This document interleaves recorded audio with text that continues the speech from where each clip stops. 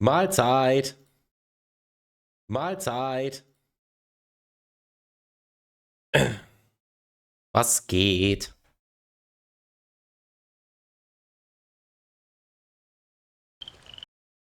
Ja, hallo? Dane Hill, schönen guten Abend, grüß dich. Auf die Minute. Wir gehen wieder rein. Ich hab richtig Bock. So. Getränke sind da.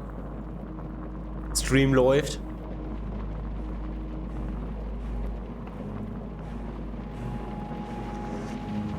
So. Ich hoffe, ihr seid alle bereit. Habt alle gut ausgeschlafen. Auch jetzt euer Brain. Alarm! Alarm! Willkommen. Luki, grüß dich. Es löppt, es löppt. Alles ist super, wie immer. Und selber?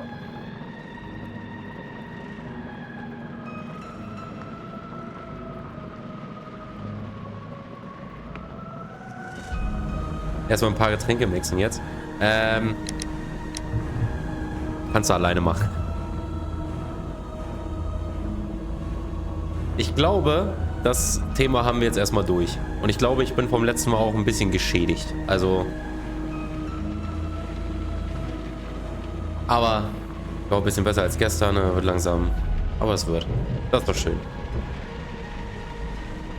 Ja, guti. Also, wir haben ja letztes Mal alles geschafft. Also, wir haben ja den Fall komplett beendet. Den ersten.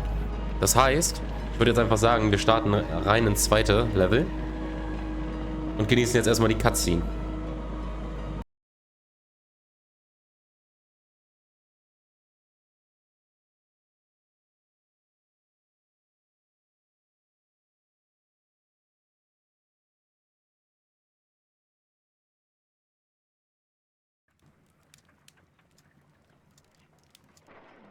This trip to the countryside will be good for you, Holmes. Hmm. As your friend and your doctor, I really do recommend that you give yourself a complete change of scene. Fresh air, brisk walks, bird watching, chopping wood. Sounds intolerable. I mean, certainly it sounds delightful. But you haven't yet told me who your friend is, the one we're going to visit. He is a bee lover. A bee lover? Do you mean that he keeps bees? That must be Mrs. Hudson, bringing the warm cloth that I requested. There is someone to see you, Mr. Holmes. I have no time. Send whoever it is away. Yes, Holmes, I really think we ought to leave now.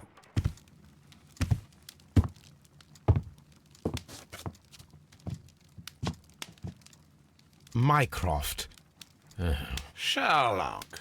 Oh, Mr. Holmes? Perhaps you don't remember me. I'm Dr. Watson. We met at the Diogenes Club a few years ago. I documented our encounter in a short story I gave the title The Greek Interpreter. He does remember you, Watson. My brother remembers everything, and that is why he is so valuable to the government. We're about to depart for the train station. I know. You know? Sherlock, I need your help. There are people who presently threaten both our country and the Crown itself. You must help us with those methods of yours. Need help. Those are not words I would readily associate with you, Mycroft. I wrote you a letter, but you did not reply. And this is not about politics. It's about people. People similar to those whom you pretend to defend in your petty detective affairs. Everything is about politics with you, Mycroft. I'm not interested. Have some of your agents, your spies, or worse, undertake this job of yours. You are defending your people, and they have little to do with the people I choose to help, I can assure you. That is the point. You think exactly as they do. Who are they? The Merry Men. He is talking about the Merry Men, a band of idealistic terrorists. Sherlock, do please think about it. They are planning something diabolical. Your country needs you. You need me, Mycroft, and you are not the country. Although if your waistline expands very much further. Mrs. Hudson, tea will not be necessary. Dr. Watson, the train conductor, Mr. Parker, is aware that you will be 7 minutes late. You are in the 4th car. The train will be waiting for you. Sherlock, enjoy your time in Staffordshire. And do, please, at least write to me on your return.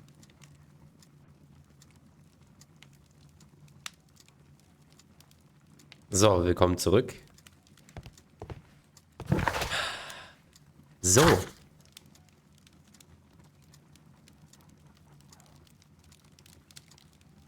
Achso, der schwarze Peter, das war das vom letzten Mal.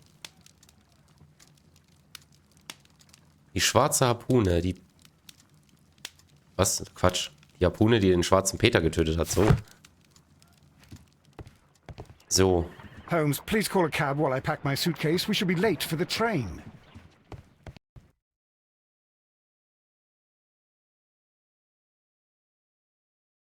Da Fuck? Ah, Mami. Was denn das?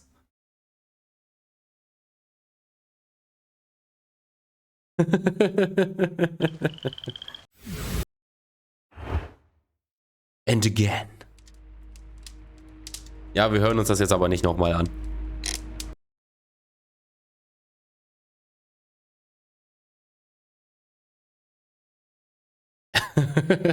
Scheiß Vorführeffekt. Ist gleich der perfekte Start. So sieht's aus. Oh, aber er hat gespeichert.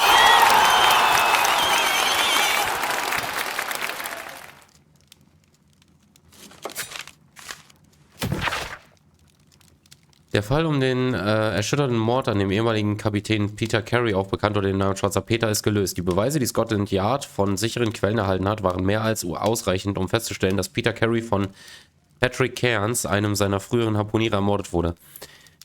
Der gemeingefährliche Verbrecher wurde vom tapferen Inspektor Lestrade in einem Faustkampf unschädlich gemacht und in Gewahrsam genommen. Patrick Cairns wird für seine Tat mit großer Wahrscheinlichkeit zum Tode verurteilt. Ich glaube, das gefällt Dane Hill nicht. This is where I keep...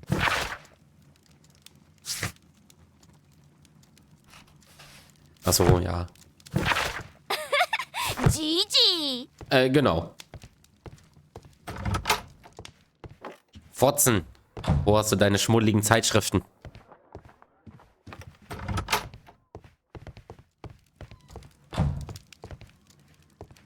My archive. I can...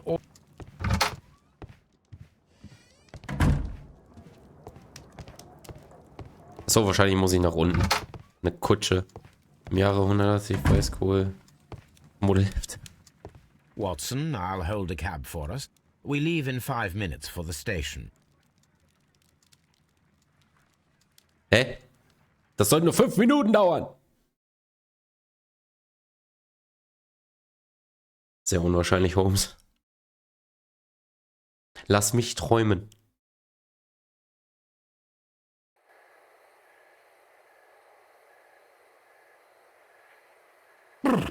What a gloomy night. It was warmer inside the waiting hall.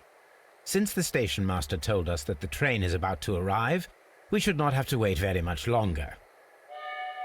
Yes, at last. Attention! The train is arriving at the station. Please stand well away from the platform edge. I'll take your bags and your blasted archive suitcase. But, Holmes, the headlight. It's faded away.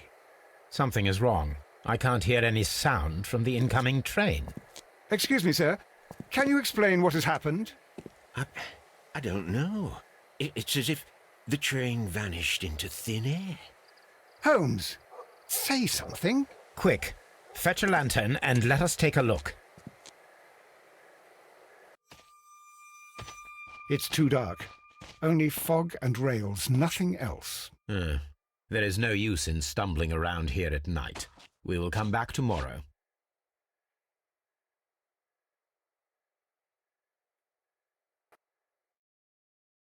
Sehr früh am nächsten Morgen.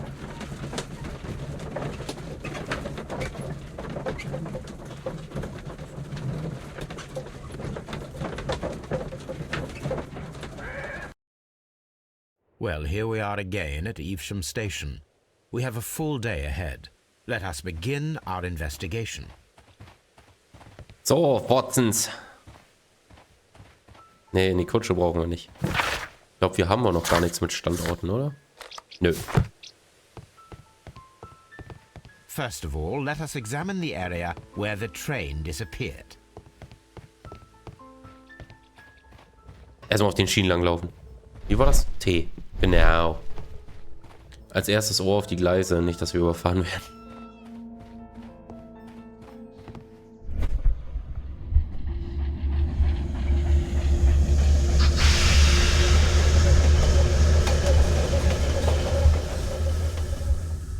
This is the place where we saw the train vanish last night. Railway sleepers. Nothing unusual.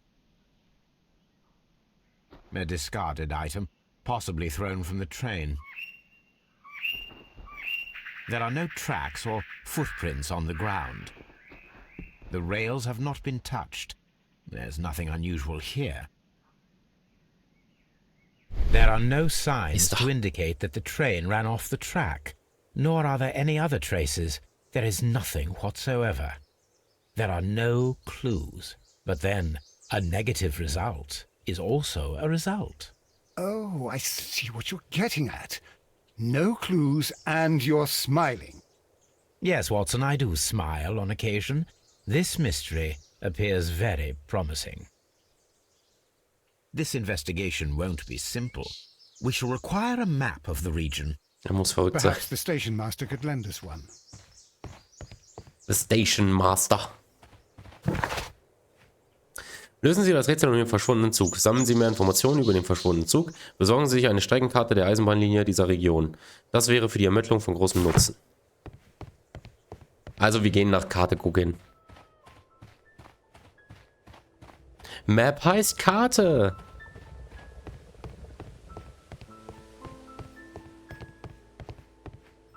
Ich heiße Map. Ich heiße... Good morning. Allow me to introduce myself. My name is Sherlock Holmes, and this is my friend and colleague, Dr. Watson. Yes, I remember you. I'm Station Master Everett. You were here last night. So, you are Mr. Holmes, the great detective. Will you be investigating what happened? I shall indeed. It is extraordinary that an entire train could disappear like that. And to think of all the poor people inside it, the passengers, the driver.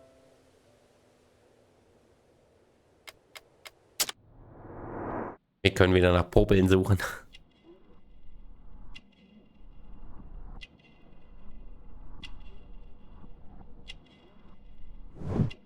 Graue Haare.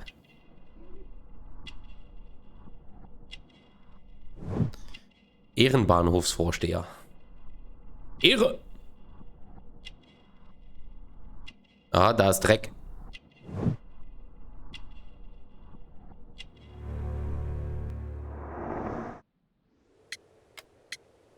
Informationen über den Zug. Could you please give us any details about the train?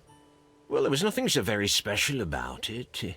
At least not that I can recall. My memory's not what it used to be. However, if you need it, you can have the train composition report. It's inside my office. I would be glad to have a detailed map of the local railway district. But of course, please, take the one that's pinned inside the waiting hall. See you later, my good man. Wahrscheinlich ist er ein Säufer, deswegen war gerade die leere Flasche da. Dieser Mann ist gut 60 Jahre oder älter und seit langem verheiratet. Die frischen Erdspuren auf seinen Ärmeln offenbaren seine Leidenschaft für Gartenarbeit. Die Auszeichnung als Ehrenbahnhofsvorsteher zeigt, dass er hier schon sehr lange tätig ist. Aus all dem ist zu schließen, dass er am liebsten ein ruhiges und unaufgeregtes Leben führt. Waiting Hall. Das hier? Jo. Wo ist die Karte?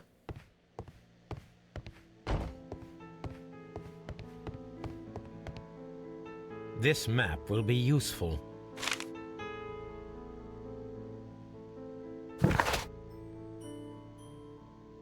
Ignat ist wieder da. Willkommen zurück. So, hier. Ah, jetzt sehen wir das alles. Eine gewöhnliche Streckenkarte der Eisenbahnlinie dieser Region vom Bahnhof Evesham.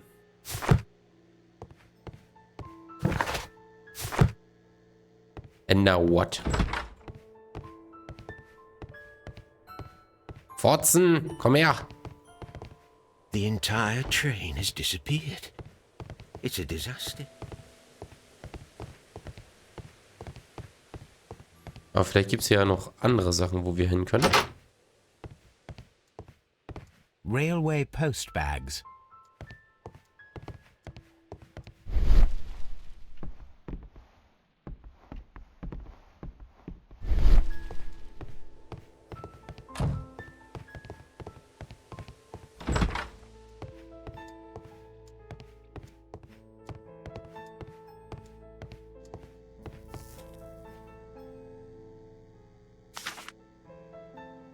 A new telegram.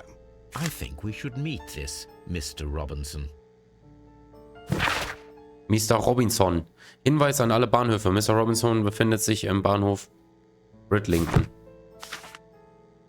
Here is the train set.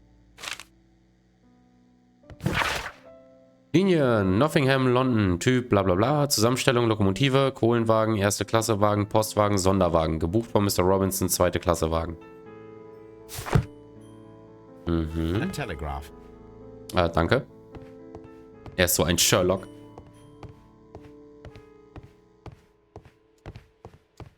Jetzt haben wir einen neuen Hinweis. Wahrscheinlich können wir ihn ausfragen zu dem Mr. Robinson. Sonderwagen. According to the train composition report, there was a special wagon. What does that entail? That's a highly secure car, ordered by a private party. It is generally to carry something of value. Those wagons have iron walls, you know, without any windows. And they're fitted with a complex key lock. That is important information. Do you know what was inside this particular wagon? Certainly not. No, that's private. And it's not my responsibility to allot the wagons to whoever.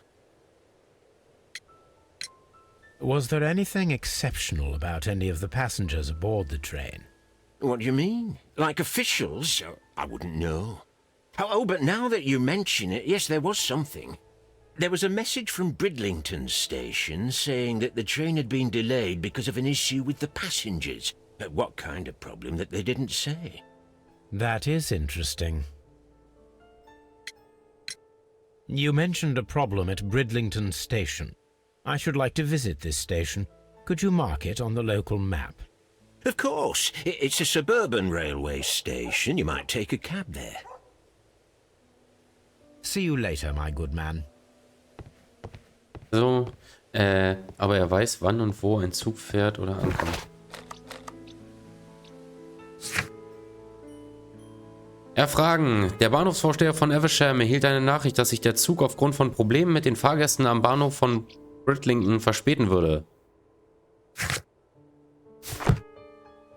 Jo, das heißt, wir gehen Kutsche fahren.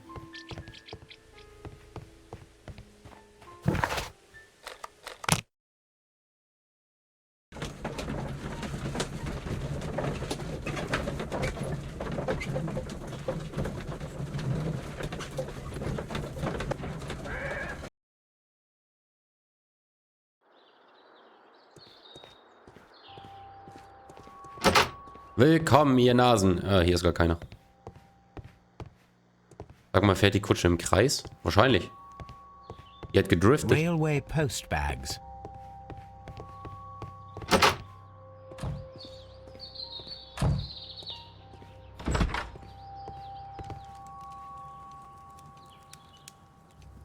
This is an absolute scandal. It's always the same with these rail companies. No respect for the customer.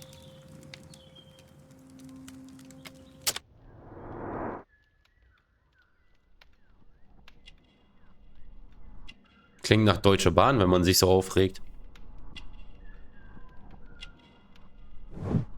Arbeitskleidung. Ja. Ja, billig.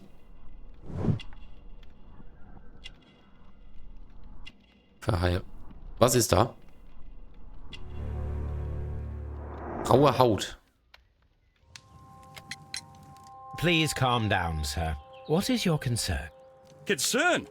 What is my concern? I'll tell you what my concern is.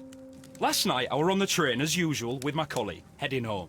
Then along came this ridiculous ticket inspector, who started arguing that our tickets were invalid. He made us get off the train, and he was extremely rude about it. Were you aboard the train that vanished last night?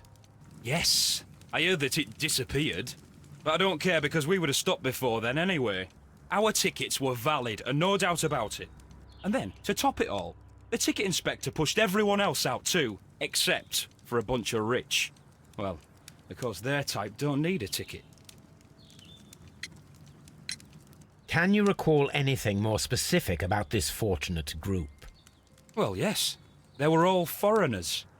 Spanish-looking toffs with snake eyes. Goodbye, sir. Spanisch?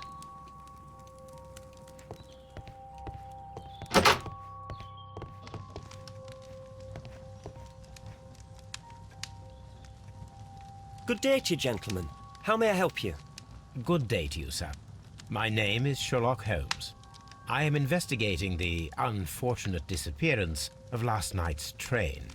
I see. I'm Station Master Bertram, but my supervisor has not informed me about this. I do not know if... Do not worry. I have only a few questions. Erstmal Analyse. Junges Alter.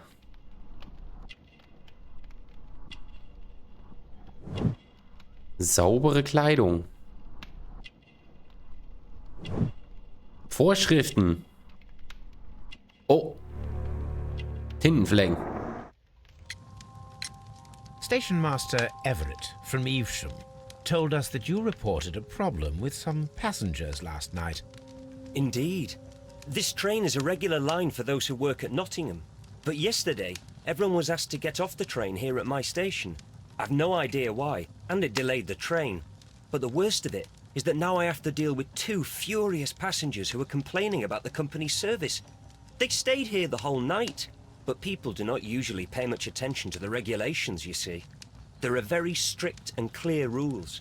Paragraph 234 of Article 2G-43 states that in the event of a complaint, you must... Yes, thank you. I understand. Apart from the passengers disembarking, did you notice anything else that was unusual last night? I did, and I mentioned it in my report to our higher management on the matter.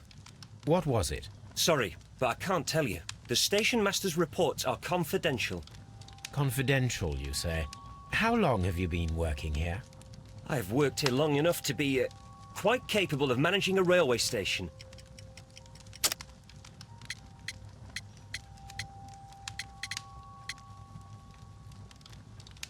So, ihr dürft wieder. Los, Watsons.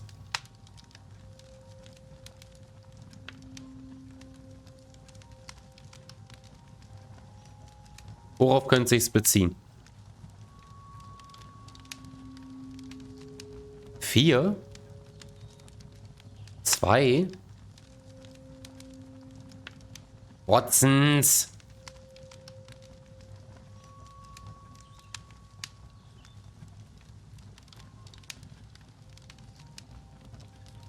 Um ins Gespräch zu kommen, soll ich dir seine Nummer besorgen?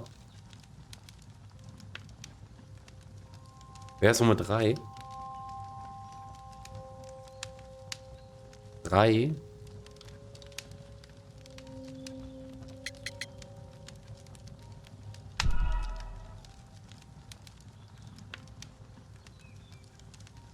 Apart from the passengers disembarking, did you notice anything else that was unusual last Ich merke, ich habe schon wieder übel Delay. I did, and I mentioned it in my report to our higher management on the Auf dem matter. PC würde ich sagen, drück What was F5. it? Sorry, but I can't tell you. The station master's reports are confidential.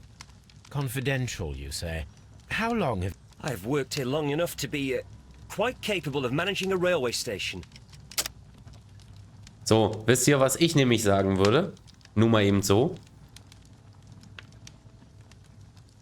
Es geht um Erfahrung. Und was haben wir vorhin herausgefunden? Was ist sein Gesicht? Wie sieht er aus? Hä? Er ist jung. Let me speak frankly, Mr. Bertram. Your age and your lack of confidence in your position are quite apparent. You cannot deny that you have only recently completed your studies. I was at the top of my class. Listen here, young man. I am aware that you wish to protect yourself behind all these regulations, but I represent the law. And you are obstructing the investigation of an important case. I would suggest that you cooperate with Mr. Holmes. Think of your career. Ah, that is... well, I'll tell you everything. First of all, I scolded the ticket inspector, for it was he who asked the passengers to leave the train. It was not his right to do so. He was very rude. And then, later on, I received a most peculiar telegram from my colleague at Chesterfield Station, the next stop along the line. Ja, Danehill, du bist der Sherlock, ich weiß. Nein, du bist der Watson. Ich bin Sherlock. What did the telegram say? Well, that was the peculiar thing. It was almost unreadable. It was full of errors and awfully vague. It was hard to understand if the train had correctly passed that station or not. You can read it for yourself. We ought to visit Chesterfield Station. We need to confirm if the station master saw the train or not. Oh. Baggenhof, viele. Zuline Nummer 324, Ankunft U030, abwärts. Ja. The whole train Die just Deutschen. disappeared. Ah, nee, die It's Briten. Unbelievable. Spalt im Boden. Ey. The insurance policy for Robinson's machine. A significant sum. Versicherung. Abgeschlossen von Thomas L. Robinson für einen Prototyp mit der Bezeichnung autonomer Stromgenerator. Diese Versicherung deckt den Totalschaden oder den wirtschaftlichen Totalschaden am Prototyp bis zu einer Höhe von 50% des Gegenstandswerts. Maximale Deckungssumme 15.000 Pfund. Ein Jahr, verlängerbar. Der Bahnhofsvorsteher von Bridlington ist relativ jung. Er versucht seine Uniform sauber zu halten und seine Arbeit perfekt zu erledigen. Frische Tintenspuren an den Fingern seiner rechten Hand und der Vorschriftenkatalog, den er bei sich hat, deutet darauf hin, dass er sehr eifrig ist und alles richtig machen will. Es hat den Anschein, dass er gerade erst die Ausbildung abgeschlossen hat und dies seine erste Arbeitsstelle ist. Den Händen und der Kleidung dieses Mannes nach zu urteilen, ist er ein Facharbeiter. Er hat kein Gepäck und ist alleine. Er reist nicht und ist auch nicht im Urlaub mit seiner Frau. Er fährt täglich mit dem Zug zur Arbeit und wieder zurück. Von daher dürfte er sich nicht nur mit dieser Linie und den Stationen gut auskennen, sondern auch mit den anderen täglichen Zugreisenden. So, haben wir denn noch was hier? Grinst uns noch was an?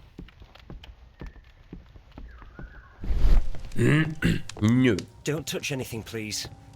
Lassen Sie nichts an, nö. It's a scandal.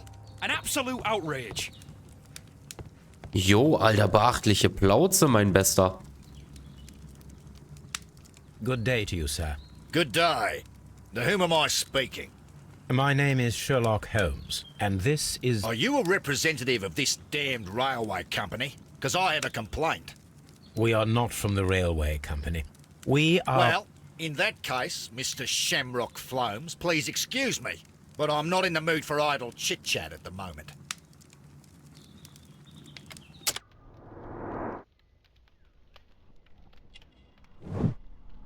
Australischer Hut.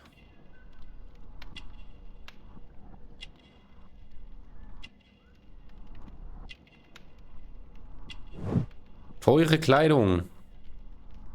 Ein Bonzen. Vera Goldring.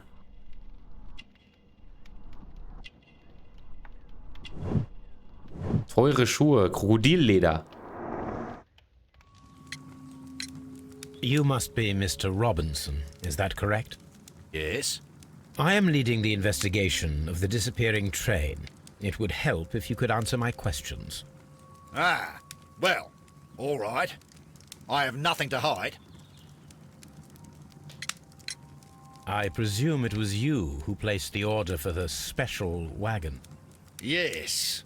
It was to transport my valuable prototype safely to London.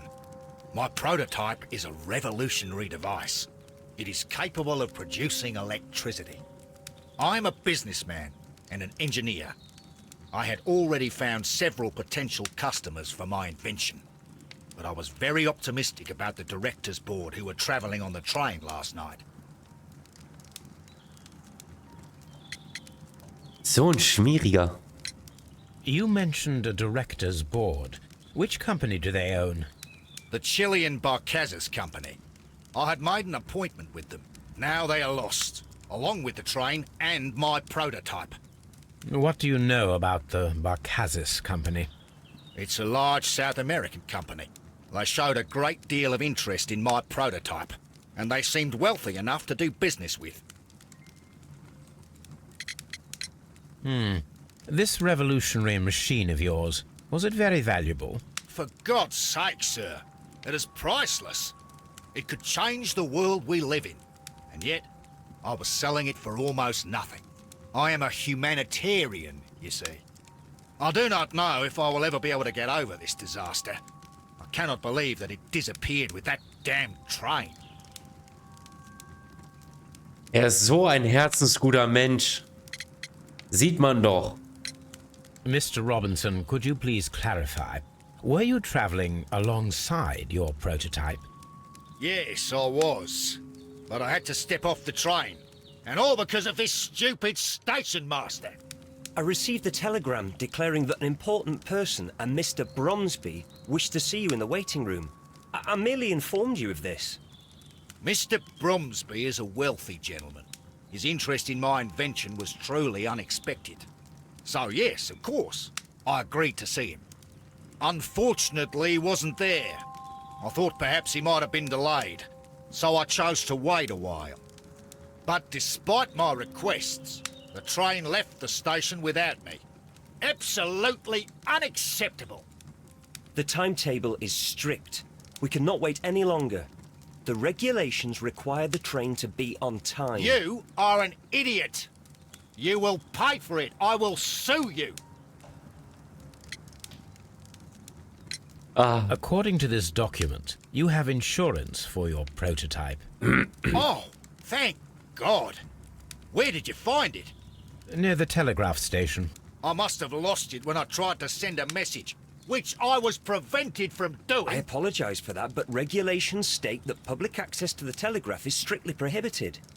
Upon my word, you keep on digging that hole of yours. You have no idea who I am. I see that you kept your gripsack with you. Why don't you leave it in the luggage room? I've had other things to think about. I lost my prototype, and this idiot station master just stands here doing nothing to help. Oh, but... Well, that won't do at all. Station master, I believe that the regulations state that any passenger luggage should be taken to the luggage room. I'll do it right away, sir. Sorry, sir.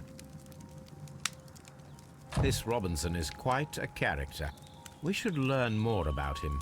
The ticket inspector forced all the passengers from the train except for the directors of the Barcazes Chilean Company.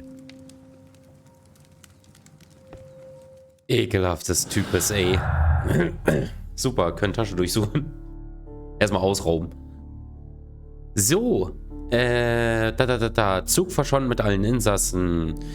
Chilenen bleiben an Bord des Zuges. Keine Spur vom Zug. Telegraph aus Chesterfield. Und Sonderwagen. Sonderwagen. Teil des verschwundenen Zuges ist ein Sonderwagen, den Mr. Robinson gebucht hat. Darin könnte sich etwas sehr Wertvolles befunden haben. Keine Spuren vom Zug. Der Zug ist einfach verschwunden. Es gibt keine Spuren an der Stelle, wo er zuletzt gesehen wurde. Sonderwagen plus keine Spuren. Nö.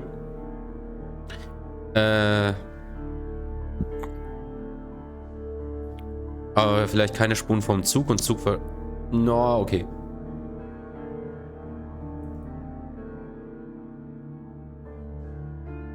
Aber warte mal. Chilenen blieben an Bord des Zuges. Alle Fahrgäste mussten den Zug verlassen, außer die chilenischen Barcasas Firmenbesitzer.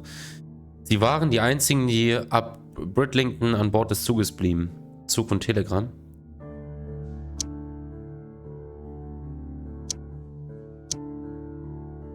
Nö. Aber vielleicht das. Hey. So, Unfall. Die Chilenen blieben rein zufällig an Bord des Zuges. Der Kontrolleur könnte sie übersehen haben. Oder Chilenen an Bord gelassen. Die Besitzer der chilenischen Firma Barcasas wurden vorsätzlich an Bord des Zuges gelassen. Der Kontrolleur ließ alle Fahrgäste bis auf die Chilenen aussteigen. So, was sagt ihr? 1 oder 2? Erstmal.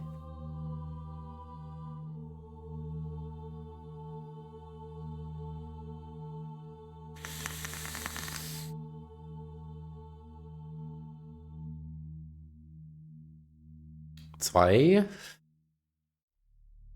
1. Unfall? Meinst du? So klein wird es dann nicht sein, dass man sie übersehen kann. Ich weiß nicht, wie groß sie sind.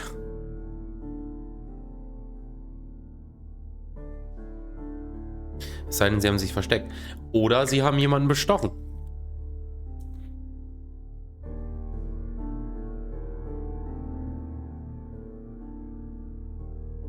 Ja, erstmal. Gut, wir machen erstmal 2. Ist ja noch nicht endgültig. So, warte mal, wenn wir rausgehen, dann zeigt er uns ja an, ob wir noch was machen können. Aber nee, haben nichts mehr zu kombinieren. So, können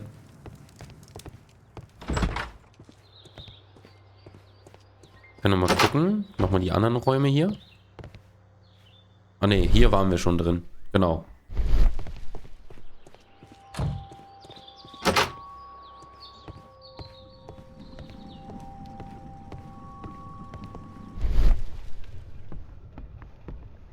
Wo ist die Tasche? Ja, die ist bei dem wahrscheinlich. Ich kann ja schlecht hingehen und sagen, ja, ich gucke jetzt einfach mal in die Tasche. Bei mir sind erstmal alle unschuldig.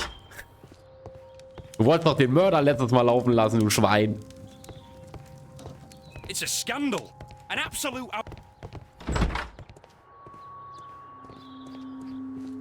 Ah, guck mal. Hat er nicht mehr. Ich kann mit dem nicht sprechen.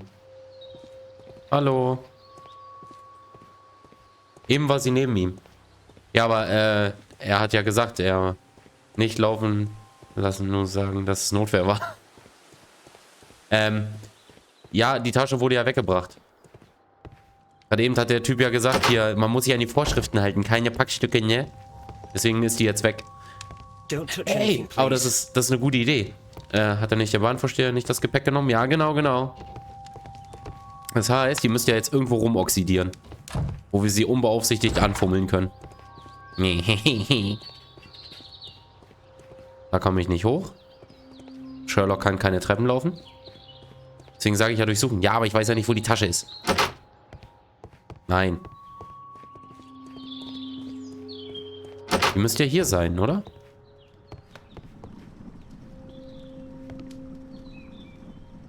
Ich glaube, ich bin... Du bist... Hä? Was? Anderer Raum? Watson? Mit den Postsäcken. Oh ja. Danke. This gripsack Geisterzuges, belongs Mr. to Robinson. Mr. Das ist kein Fass. Robinson. I think we should open it, Holmes. This is what they call force majeure. I'll keep watch. Of course.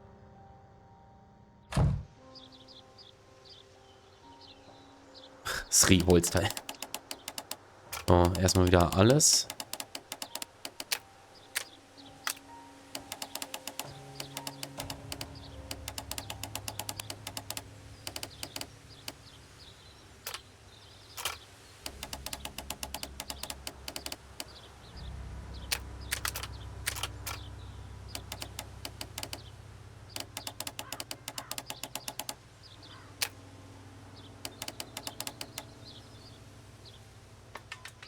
Ah. Du warst sehr schnell. Speedy Gonzales, Alter. Look, Watson. A Sehen Sie bundle hier, of Watson. contracts. Very suspicious. We should study them carefully. Dies ist ein Exklusivvertrag für den Verkauf des Prototyps, der auf autonome Weise Strom erzeugt. Der Käufer, Emmerich, bla bla bla, erklärt sich damit einverstanden, dass er das Gerät ohne Mangelgewehr und unvereinnehmlich erwirbt. Mr. Thomas L. Robinson, der Verkäufer, ist nicht haftbar für Probleme mit den Prototypen, die nach der Vertragsunterzeichnung auftreten. Egal, ob sie zuvor dem Käufer oder der Verkäuferin bekannt sind. Der Käufer verpflichtet sich unmittelbar nach der Unterzeichnung, eine Vorauszahlung in Höhe von 10% des Kaufpreises zu leisten. Der Rest ist innerhalb eines Monats zu bezahlen. Dies ist ein Exklusivvertrag für den Verkauf des Prototyps, bla bla bla. Ah. Mr. Robinson is the seller. Mr. Robinson, Verkäufer. An exclusive sales contract. Ja, das ist nämlich jedes Mal einer. Sag mal, hallo? Yet another exclusive sales contract. Mr. Robinson is the seller. Voriges Blatt auch. Ja.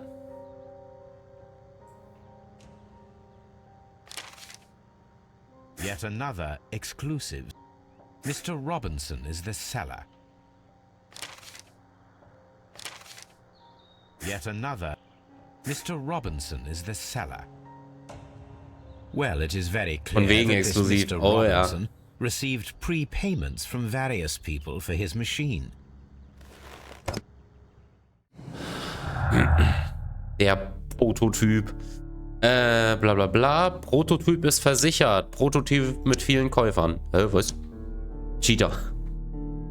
Das ist der Moneymaker.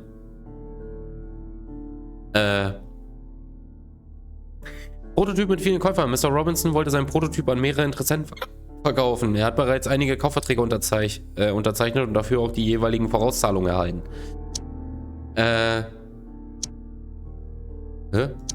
Ah. Robinson ist ein Opfer. Der Verlust des Prototyps ist eine Katastrophe für Mr. Robinson. Auch wenn er den Betrug geplant hat, hat er viel mehr verloren, als er entschädigt werden könnte. Die Versicherung deckt nicht den Gesamtwert der Maschine. So. Das haben wir auf jeden Fall schon mal geregelt. Prototyp ist versichert. Keine Spur von... Obwohl, bestimmt ist jetzt gerade erstmal wieder nichts zu tun, ne? Habe ich recht? Jo. Also Sherlock, wie kannst du das Geld behalten und keinen Ärger bekommen? Den nächsten Zug nehmen und einfach wegfahren? It's a scandal.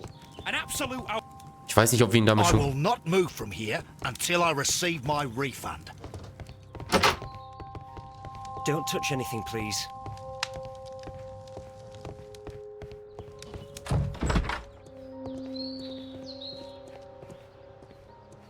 Und du ziehst die Versicherung nebenbei mit ab. Ja. Und ich habe noch so eine blöde Idee. Aber ich will jetzt nichts sagen. So, können wir überhaupt noch irgendwas hier tun?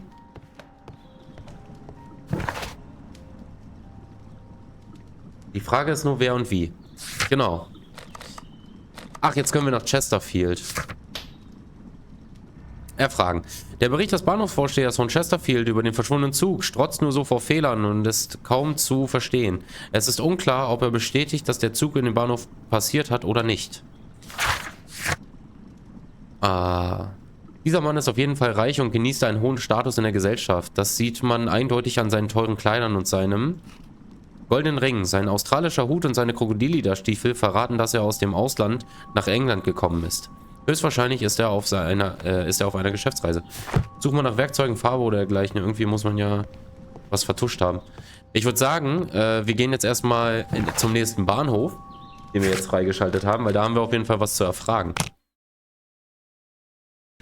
Weil die Leute, die hier waren, mit denen konnten wir nicht mehr sprechen. Da haben wir eigentlich alles erledigt.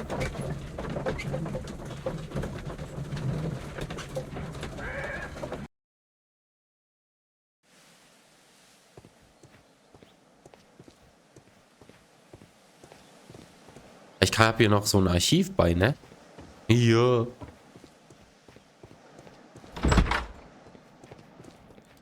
So. A fishing advertisement. By the way, Krokodilleder, ausländischer Geschäftsmann, ist gleich Australien. Gefängniskolonie damals. Bekannter Verbrecher. I had Morsecode-Alphabet. thought that all station masters knew the Morse code, but apparently not. Ja, wo ist denn das Problem, dass A man sich... telegraph. Wo ist denn das Problem, dass man sich einen Morsecode dahin packt? Ich wollte gerade sagen, ist er besoffen und schläft, oder? How could he fall asleep at work like this? Excuse me, sir. Wake up. Ah, his breath. He must have swallowed half a distillery. And that explains the how. By his sleeping off the alcohol, you mean? Wake up, please, Huh. sir. What? The 18-hour 72 train has arrived? Good day to you. We are investigating the disappearance of last night's train, and we should like to ask you a few questions. Erstmal gehen wir den Alkoholiker untersuchen. Gerötete Nase. Das war jetzt nicht die Nase, aber ich nehm's.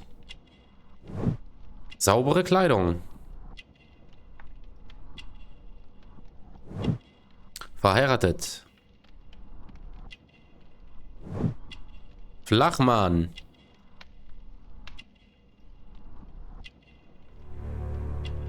Angelschnur. Es ist alles klar. Er hat den Zug geangelt. Were there any passengers who got off that particular train at your station last night? No, nobody, it seems to me. Although I did not leave my office, so... No doubt you were very busy. You don't say. You can't ever get any peace around here. Now you have to send a telegram each time a train arrives and departs.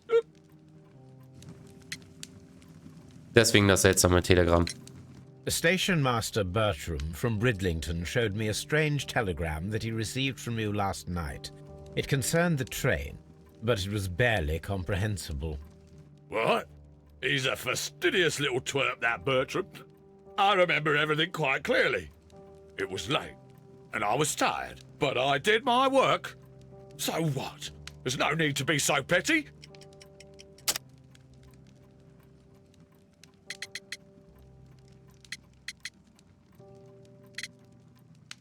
Was sagt ihr?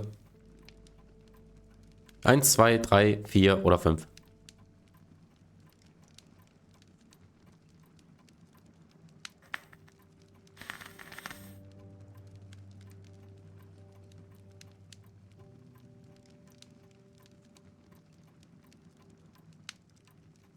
Vier Fünftel? Algi! You were not tired, you were inebriated. Tell me the truth now, or I shall not hesitate to document your state in my report. My friend means that you will end up by being sacked from your position. All right. So I was drunk. I don't remember all of yesterday, to be truthful to you. Please don't go harsh on me. Holmes, this man has consumed a considerable amount of alcohol. He's not entirely helpless yet, but... It will not be long before he is. Obviously, his testimony cannot be trusted. Dann besorgen wir dem Dude was zu essen.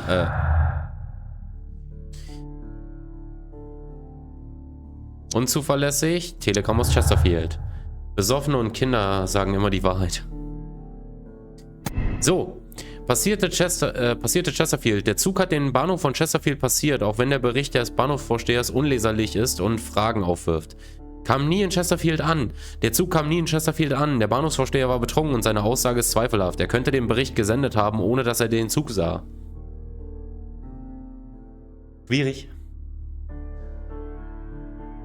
Schnauze, ich sehe nichts. Also erstmal, er kam nie an.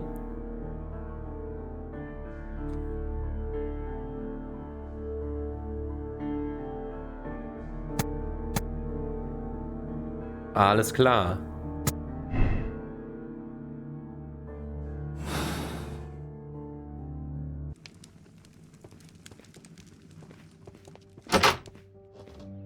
Aber vielleicht gibt's ja...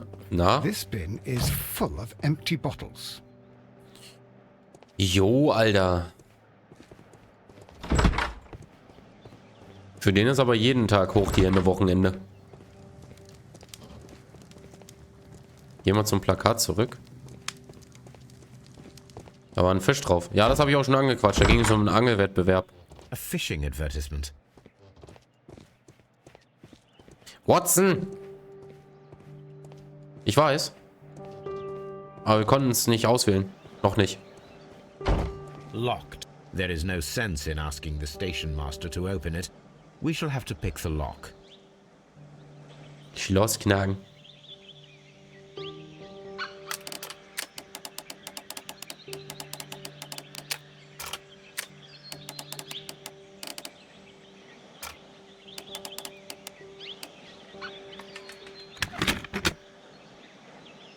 Im Namen des Gesetzes natürlich. Natürlich.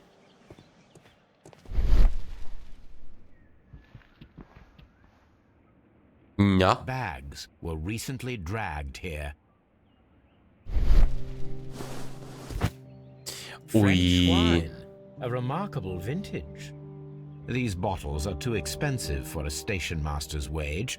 They were likely taken from the parcels. Shameful. Raus und nicht angesprochen habe letztes Mal. Er hat viel gesauft. These tools were used quite recently. They are still muddy. We should ask about them.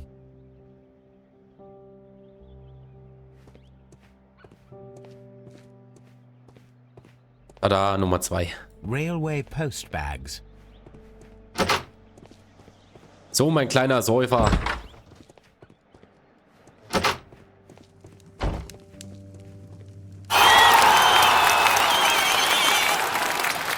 You have quite a number of dirty tools lying around here. Ah, yes. Well, thank you for reminding me. I should clean them. Although, it might be easier to put them outside. Seems it might start raining soon. I meant, what were they used for? Some workers come here and borrowed them from me.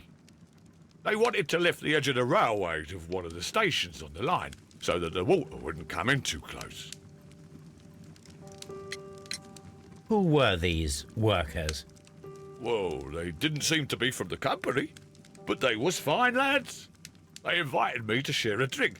And whatever it was, it had a kick to it. They wasn't English. No, I don't believe so. But see, they knew just what a man needed to brighten up his dull evening.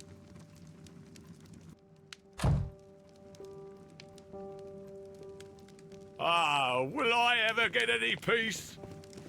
Auf jeden Fall hat er viel gesauft. Getarnt. Camouflagedecke drüber.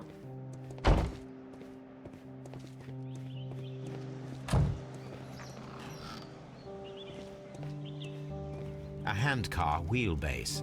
Interesting. It appears that elements of the same construction were scattered everywhere. Watson, please tell me, do you believe in magic? Of course not, Holmes. Then you are of the opinion that a train cannot simply disappear. Well, we both know that that is obvious. Why are you asking such peculiar questions? A little patience, Watson. You will understand my point quite soon. So, are you quite certain that you saw the train at Evesham Station?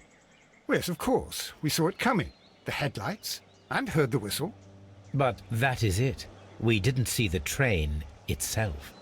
But... Oh, Holmes, I'm a little confused.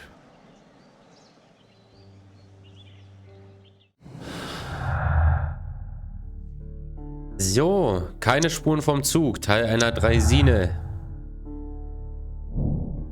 Zugexperiment. Die demontierte Draisine scheint mit unserem Rätsel zusammenzuhängen. Bauen wir die Draisine wieder zusammen, um zu sehen, ob man sie für einen Zug halten könnte.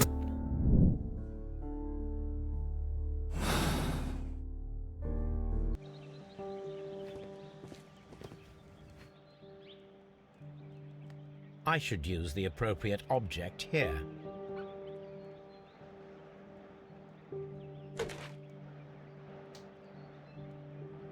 Ja. I should use the approach. I should use.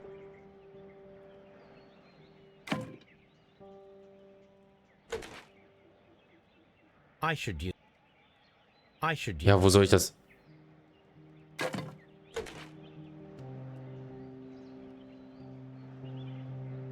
I should. Warte mal, nehmen wir erstmal die Räder.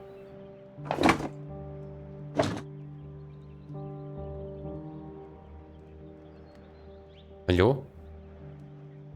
I should use the. Da hinten fehlt doch noch ein Rad. I should use.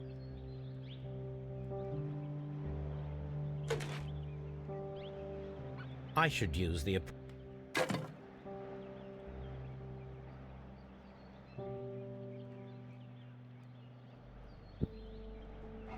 Ah, ich kann das Ding. Ah, warte mal.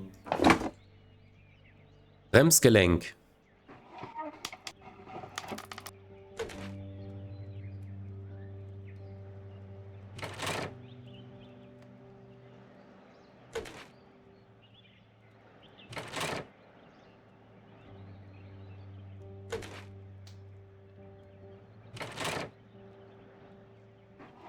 Wo fehlt dann noch was?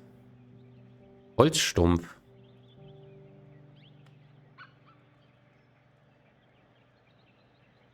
I should use. Something is missing. Aber wo ist hier eine Laterne?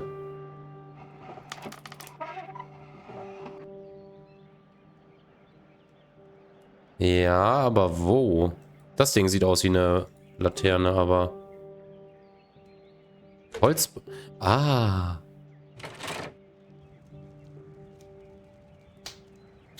So, now here we have the fake train that we saw approaching Evesham Station last night. Doesn't look much like a train to me. Be patient, Watson, I haven't finished yet. Try using your imagination. Our train requires only a headlight and a steam whistle.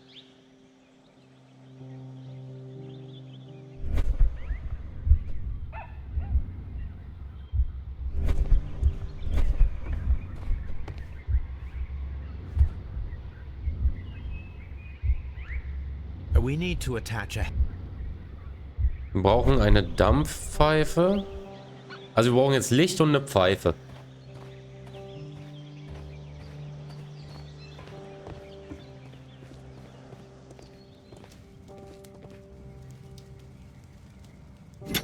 Scheinwerfer. Dampfpfeife.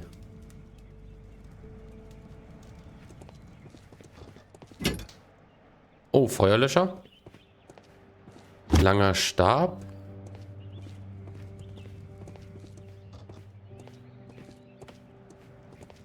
Okidoki.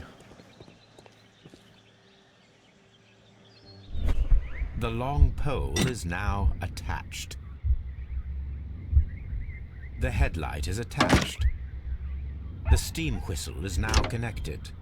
Holmes, what can we do to make the steam whistle work? It is elementary, my dear Watson. We shall need a fire extinguisher. The fire extinguisher. Now let us see what we have here. First of all, let us pump the pressure inside the extinguisher. The steam whistle is ready to...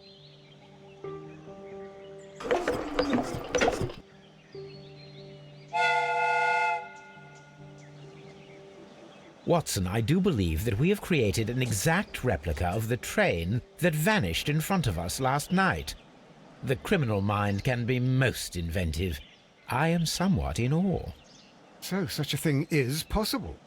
If someone went to all the trouble of creating this fake train, then it was surely with the intention of stealing the real one. Ah, Watson, you should not jump to conclusions.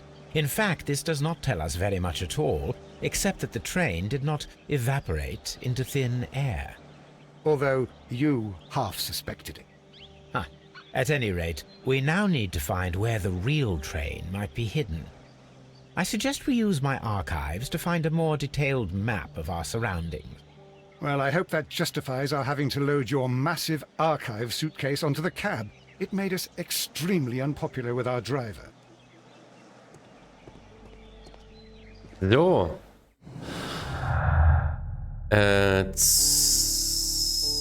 Teil einer Draisine und Zuckertrappe, ne? Jo.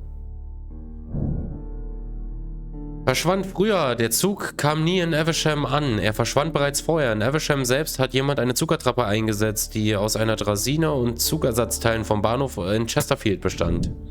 Das heißt, die haben den Typen richtig ordentlich abgefüllt und dann haben sie die Teile geklaut.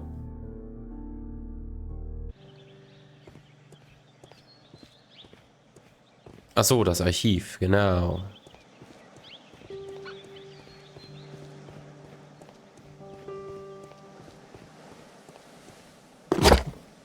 Now we have two maps. We must combine them properly.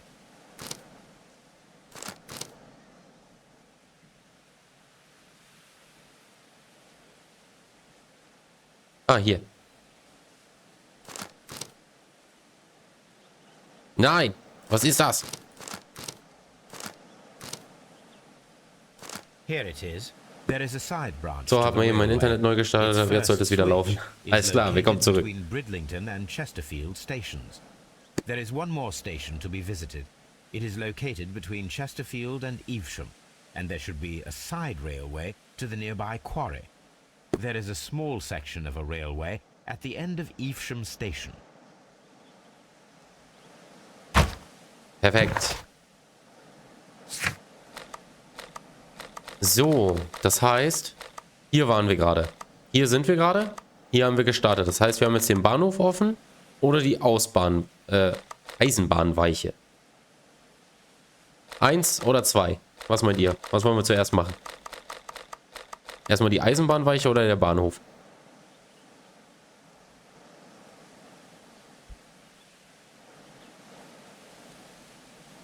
Eventuell auch den Flachmann zugesteckt im Raum. 2. Erstmal der Bahnhof. Alles klar.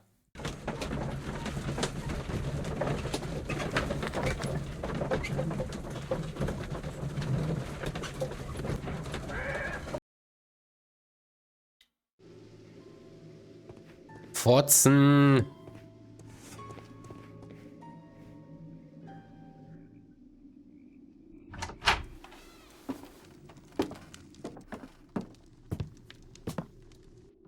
Verdächtig. Funny character. He looks anxious. And he is not an Englishman. Nicht mal den Aschenbecher benutzt. Ah, nicht dran lutschen, bitte. This scent is familiar to me, but in order to recognize it, I must combine my associations into one picture. Oh, Taco, Taco.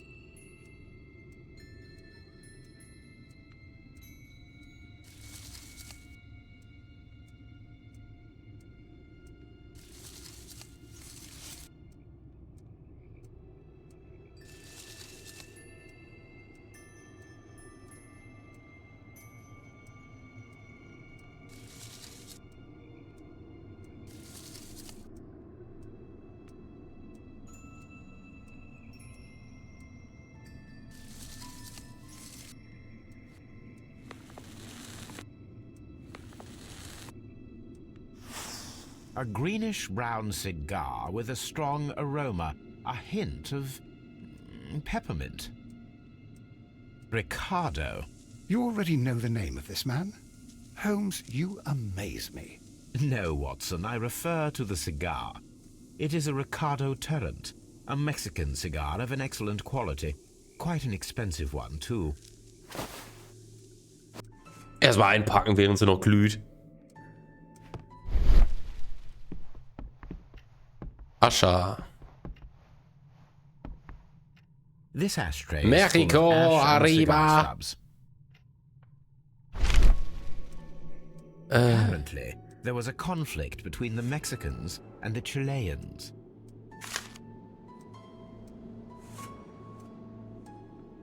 A greenish-brown cigar with a strong aroma, a hint of peppermint. These ashes and cigar stubs are similar to the one that we found on the floor.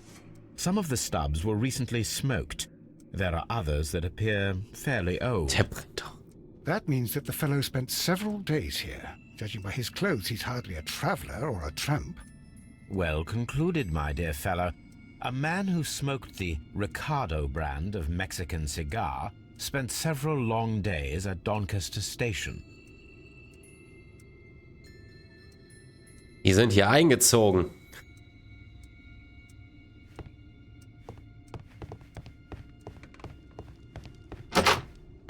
Holmes, look. There's a flooded area over here. I believe that the flooded area might be worth checking.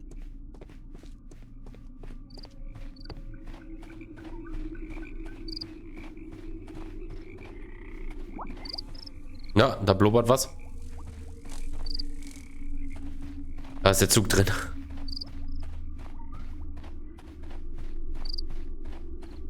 Vor allem.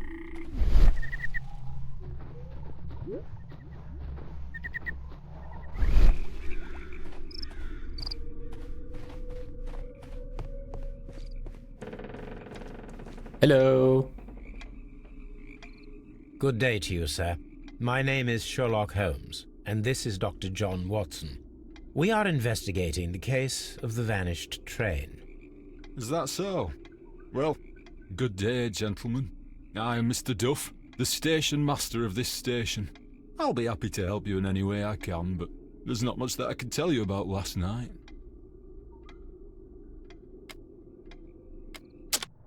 Alter, dieser Akzent, ne? Melancholisch.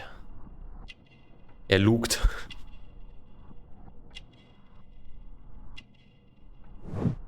Eine Amtsuhr. Fehlender Knopf.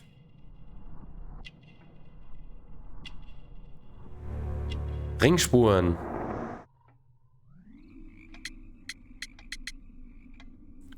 Logo fehlt. It Und die appears that you Amtsuhr. may be at risk of some flooding along the line here. You mean that the whole bloody lake is at our feet? Quite so. But it is strange, because according to my map, there should be a quarry here, and behind that, the lake. How should I know? I only arrived here a few months ago. And where did you work before that? I was working in Nottingham, but I asked for a quieter place, so they transferred me here. Life is cheaper. I can't really complain. Er hat den Zug in der Tasche. Did Und der any andere an der Angelschnur, passengers ne? leave or board the train last night? No. I saw no one as usual. I reported the train's passage by telegraph. Just the same as all the other nights. There was a gentleman of Mexican origin, I believe, in the waiting room. Did you notice him? What? A Mexican? Here in the back of beyond? Are you quite sure about that? Goodbye, sir. It is Mexikaner redet wie obvious that we bekifft. cannot inspect the quarry. Instead, we can check the beach area around the flooded lake.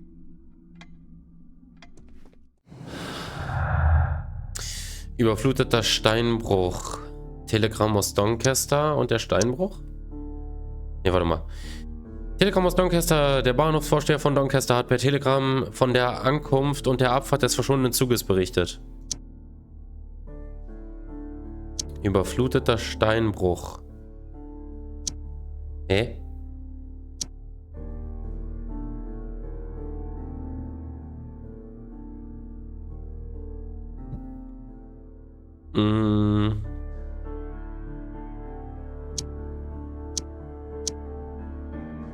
Hä? Also irgendwas müssen wir verbinden können. Ja. Robinsons Motiv. Aufgrund der Versicherungen und von mehreren betrügerischen Exklusivverträgen wird der Verlust des Prototyps Mr. Robinson eine hohe Geldsumme einbringen. Robinson ist ein Opfer. Der Verlust des Prototyps ist eine Katastrophe für Mr. Robinson. Auch wenn er den Betrug geplant hat, hat er viel mehr verloren, als er entschädigt werden könnte. Die Versicherung deckt nicht... hatten wir das nicht schon? Das klingt so vertraut.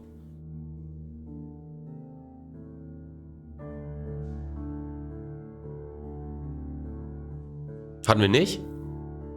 Hey Dragon, danke für deinen Lurk. Grüß dich. Dann nehmen wir erstmal die 1. Wie machst du Geld, ohne was in die Fresse zu kriegen? Arbeiten? Du kassierst und lässt den Zug verschwinden. Ah, es könnte sein. Doch, mir kommt das auch bekannt vor. Deswegen, also ich bin der Meinung, das hatten wir gerade. Von der Versicherung nochmals. Ja, ich weiß. Ah, warte mal. Wir haben gerade nichts mehr zu erfragen. Ah ne, B. Robinsons Motiv. Genau, Robinson ist ein Opfer.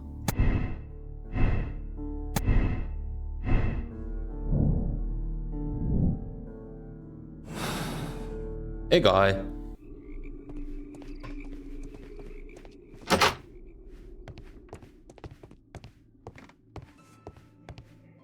Robinson ist kein Opfer.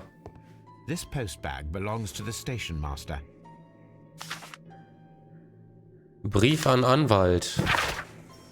Anwaltskanzlei Corwell. Er ist der Verantwortliche. Anwaltskanzlei Corwell, Main Road, bla bla bla. In Antwort auf Ihre letzten Mahnbriefe möchte ich Ihnen versichern, dass ich sehr bald alle ausstehenden Ratenzahlungen für meine Schulden begleichen werde. Hochachtungsvoll, Edward Duff. Brief von Ehefrau. The station master appears to have found himself in some financial trouble. Meine Liebe, ich bitte dich, mir diesmal zu vertrauen. Schon bald werde ich genug Geld haben, um die Hypothek auf das Haus abbezahlen zu können. Es ist nur noch eine Sache von wenigen Tagen. Du kannst natürlich weiter ohne mich in unserem Haus leben, wie du dir das wünschst. Glaub mir aber bitte, dass ich dich immer noch liebe. Ich kann nur hoffen, dass du mir eines Tages trotz des Unglücks, das ich in den letzten Jahren über uns gebracht habe, verzeihen kannst. In Liebe, Edward. Edward Duff?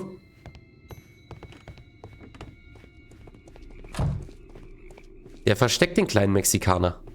Hier ist der Mexikaner. Irgendwo ist er. Glitzert er? Bitte nicht. So. Kann man nicht einfach irgendwie dem Geruch folgen? Der muss doch übel stinken wie so ein Aschenbecher, oder?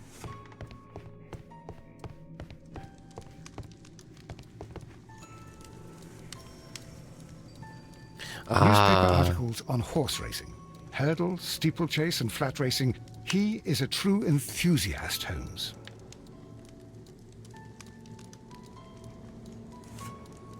Das nannte man... war der H, da war noch H. Da war ein Wettschein. Betting slips for horse racing. The sums are quite impressive. It can be an expensive vice. This man had probably used all his savings. Hatte kurz Angst, du sagst, weil der Mexikaner ist. Nein. Telegraph. A Telegraph.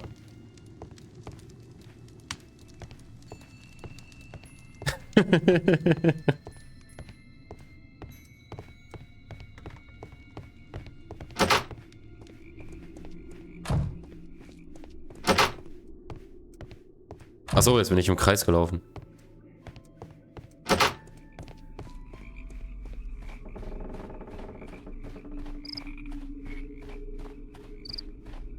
Na, vielleicht kann ich mit ihm nochmal sprechen. Vielleicht sagt er jetzt irgendwas zu seinen Spielschulden.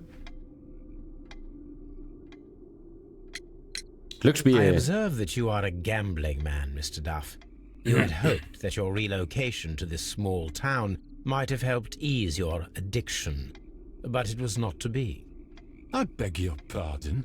Addiction to what?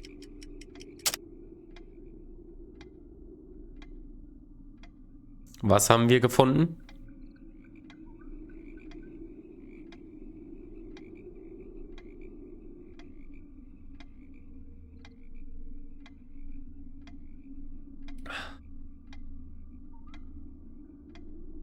Scheinwette.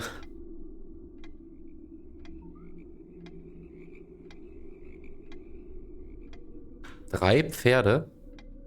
3 wäre Versicherungsschein. Eine Blume.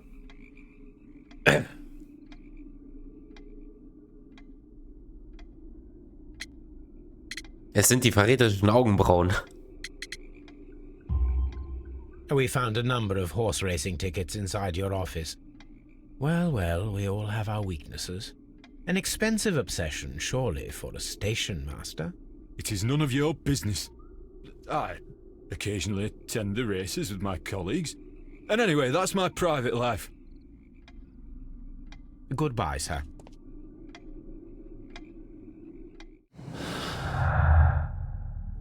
Doncaster-Vorsteher erhielt Geld. Telegraph aus Doncaster. Passierte Doncaster. Der Zug hat den Bahnhof von Doncaster passiert. Der Bahnhofsvorsteher hat darüber berichtet. Kam nie in Doncaster an. Der Zug kam nie in Doncaster an. Der Bahnhofsvorsteher hat gelogen und einen falschen Bericht gesendet. Möglicherweise wurde er mit Geld, das er verzweifelt benötigt hat, bestochen.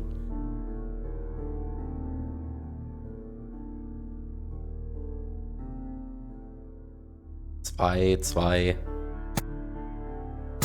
Alles klar.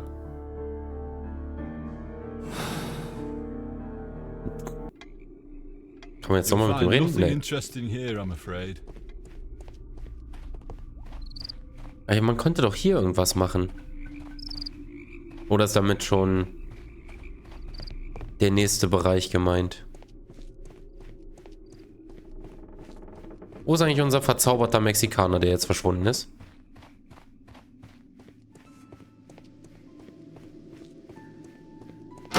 Wir sind rein. Sollten wir nochmal zurück? Ich denke mal, wir sollten noch... Brauchst du Angelschnur?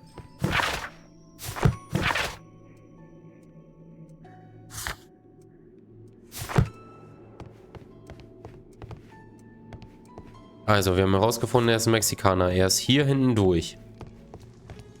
Hier haben wir alles, glaube ich.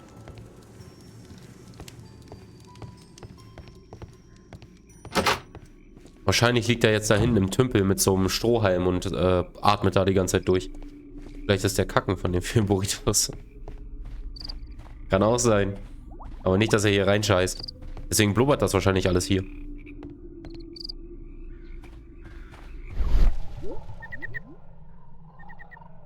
Taco. Ich bin Jennifer Lopez.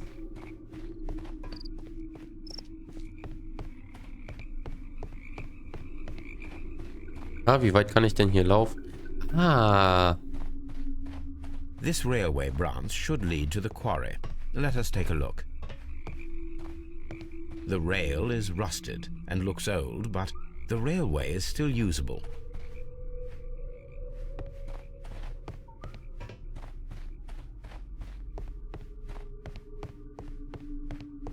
The railway ends here. Aber da sind Spuren. Ich spüre eine Spur.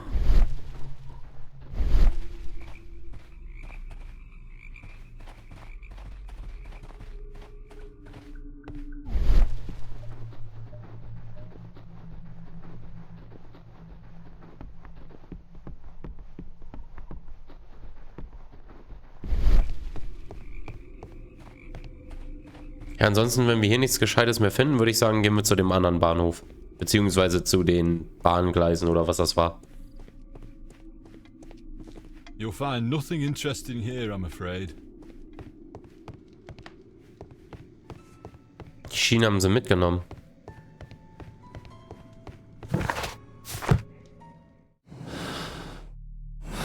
Und hinten angebaut. Alles möglich. Guck mal, wir können zum Strand.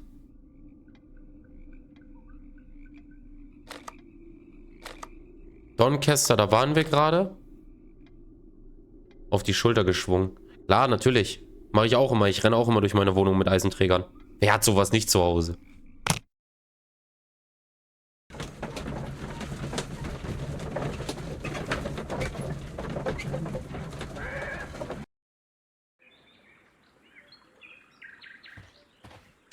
Boah, Spuren. Hä? Ich hab T gedrückt.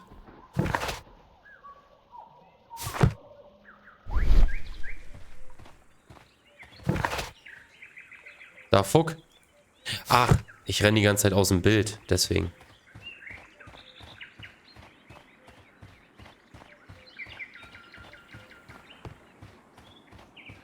Mines. This is interesting. Minen. Auf nach Moria. Hey.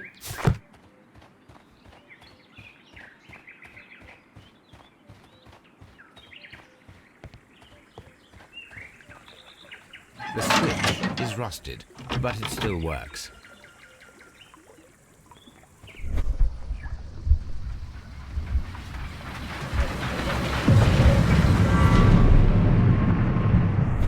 It would be quite possible for someone to redirect the train towards the mines.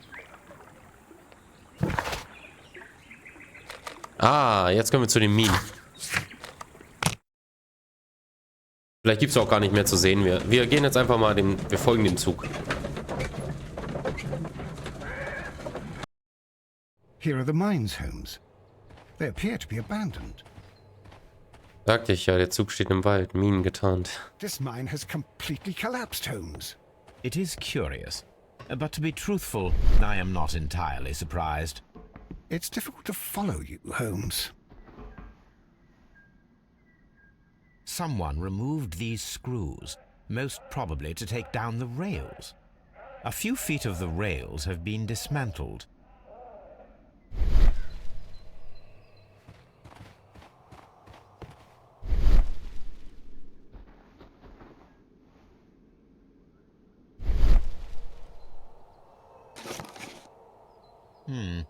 This is an unusual kind of paper, stiff and dry. It was used for a specific purpose. Let us look inside.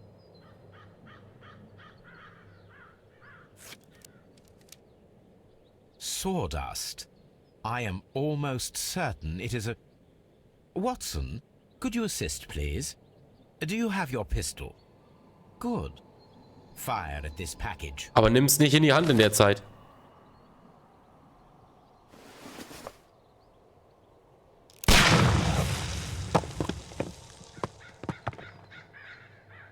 Dynamite.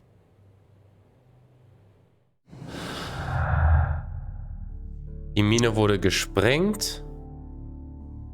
Die Mine ist eingestürzt. Zug versteckt. Die Mine ist eingestürzt und hat den Zug unter sich begraben. Dazu wurde Dynamit benutzt, nachdem der Zug in die Mine gefahren ist. Sabotage. Die Mine wurde mit Dynamit gesprengt. Jemand wollte sie vorsätzlich zum Einsturz bringen. Was meint ihr? 1 oder 2? DOS, ja.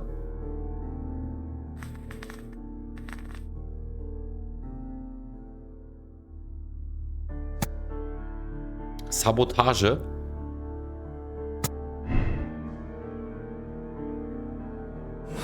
Ja, uns fehlt aber noch ein bisschen was hier.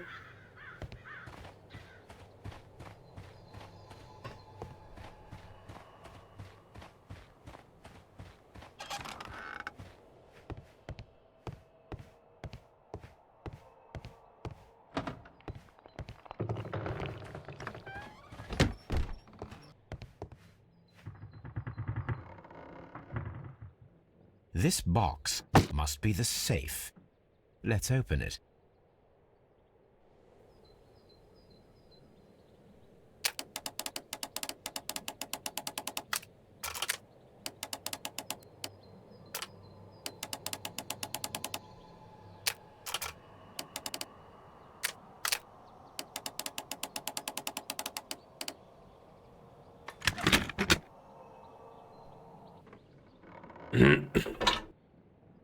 The Mexican company Caracal and the Chilean Barcazas both want to buy the mines. I need more information. Perhaps Mycroft could help. Ah, jetzt ist der Bruder auf einmal wieder gut genug, ja? Hiermit neue Sicherheitshinweise an das gesamte WEA-Cole-Sicherheitspersonal. Hiermit informieren wir Sie darüber, dass die Barkas-Gruppe über sofort freien Zugang zu allen Anlagen hat. In Zukunft werden die Minen dieser Firma gehören. Ebenfalls ab sofort darf kein Vertreter des Caracal-Konsortiums mehr die Anlage betreten. Der vorläufige Kaufvertrag wurde annulliert. Setzen Sie diese neuen Vorschriften um, geben Sie aber die Informationen nicht weiter, diese sind vertraulich.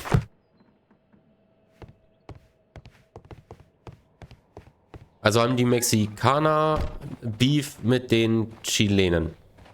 Anscheinend.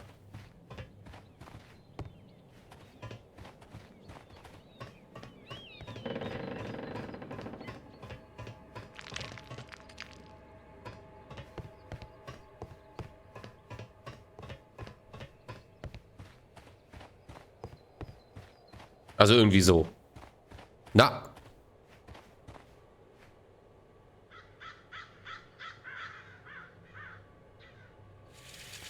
Nothing interesting here. The distance between the tracks is about 4 feet 8 inches. A lightly loaded vehicle came this way. There is a wooden beam lying on the rails. A small vehicle with wooden beams went down this way.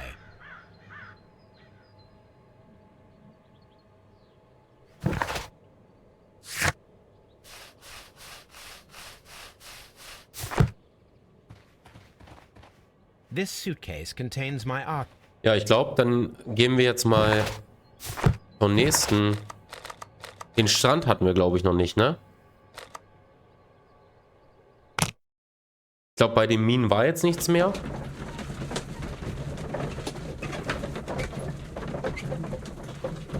Was für schöne Bilder er in seinem Notizbuch hat. Here we are at the beach that is located near the quarry and Doncaster Station. It doesn't look like a very good place to rest. These traces were made by carriage. Look.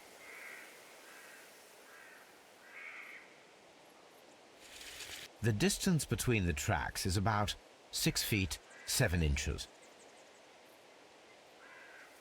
The vehicle would have been heavy, as these tracks are quite deep. Ah, ein Stein. The vehicle pressed this stone into the ground. It would have been quite heavy.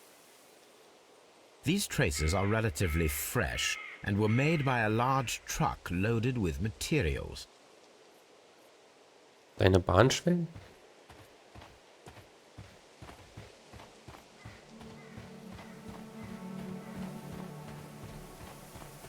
An abandoned gypsy caravan. This place was abandoned fairly recently.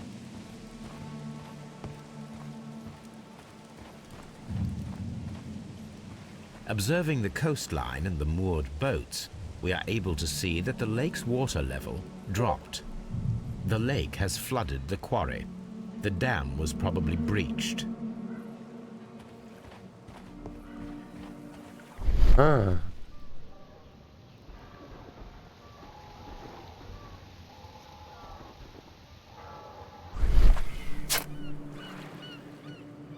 A label with the name lasst. Schön, wie er immer das alles betont. Lazarpas.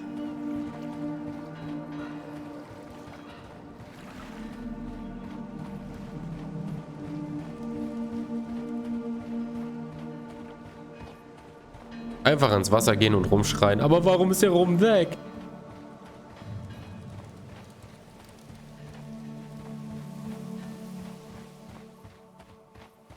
Kann man da rein?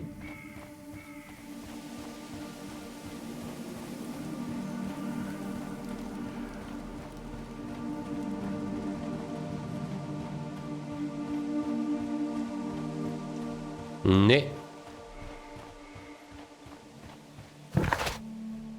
Ja,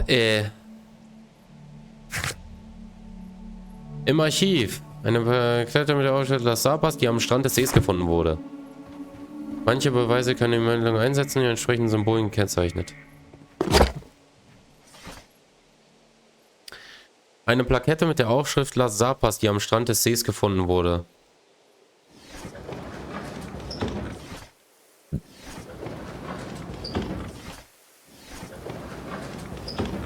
Na gut, so spannend es jetzt auch ist, ich werde dann mal, dank dir. Ja, danke dir auch. Mach's gut. Schön, dass du da warst. Müsste ja theoretisch Zeitung sein, ne? My search should be focused upon the name lasst.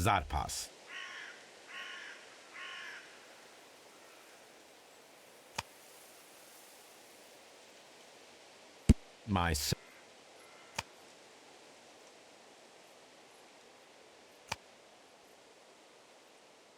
New English Art.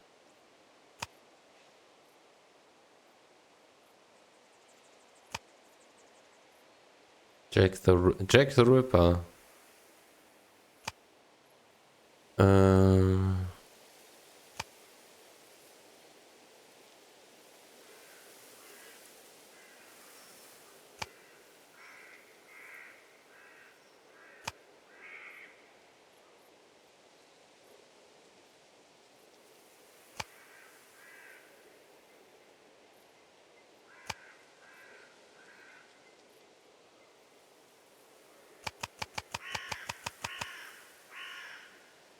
My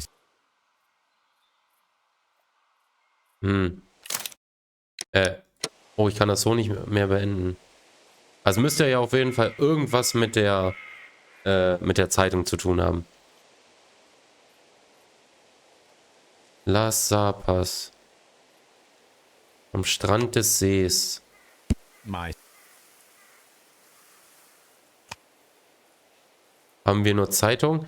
Nee, wir haben noch Forschungsberichte, aber da kann ich mir das jetzt nicht so drunter vorstellen. Dann haben wir noch Enzyklopädien. Aber Stadtökonomik, die Wirtschaft des Vereinigten Königreichs. Wirtschaft? Die Edison-Gerät funktioniert. Nikola Tesla. Ah! Danke. Das war's. Die Bargen von Las sind die erste Wahl, wenn es um den Transport von schweren Gütern geht. Die Marke Las gehört zu dem mexikanischen Konsortium Caracal, das in den Bereichen Speditionen, Elektrizitätsdienstleistungen und Bergbau aktiv ist. Here it is. Das war ein gut.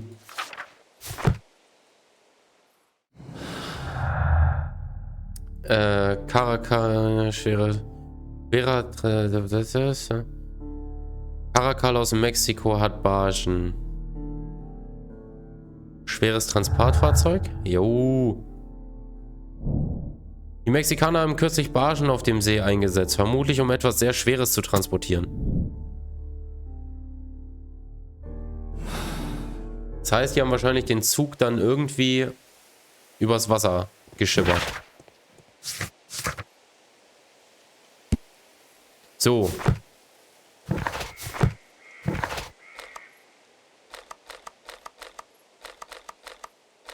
Gehen wir sonst alles nochmal chronologisch ab? Ich wüsste jetzt nicht, wo wir sonst hin sollen.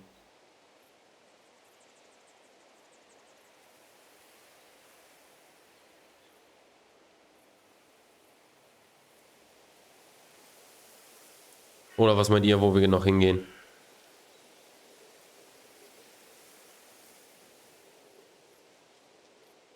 Also sonst würde mir höchstens noch mal einfallen zu dem Doncaster Dings.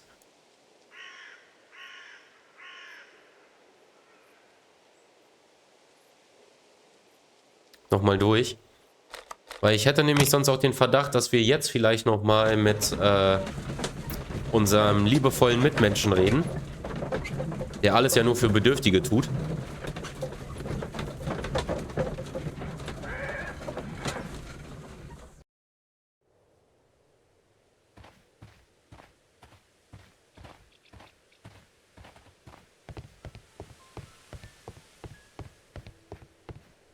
the entire train has disappeared. Ah ne, im Wartezimmer hat der gesessen, ne? Das... Watson!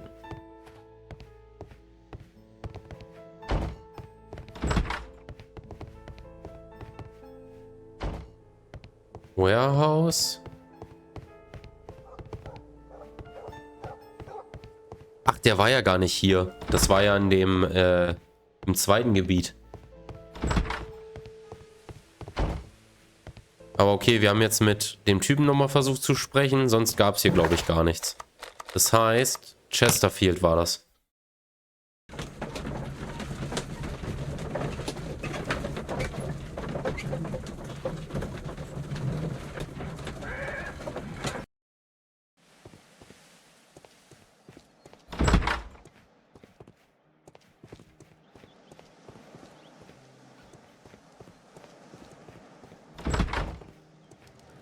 Nee, war es auch nicht.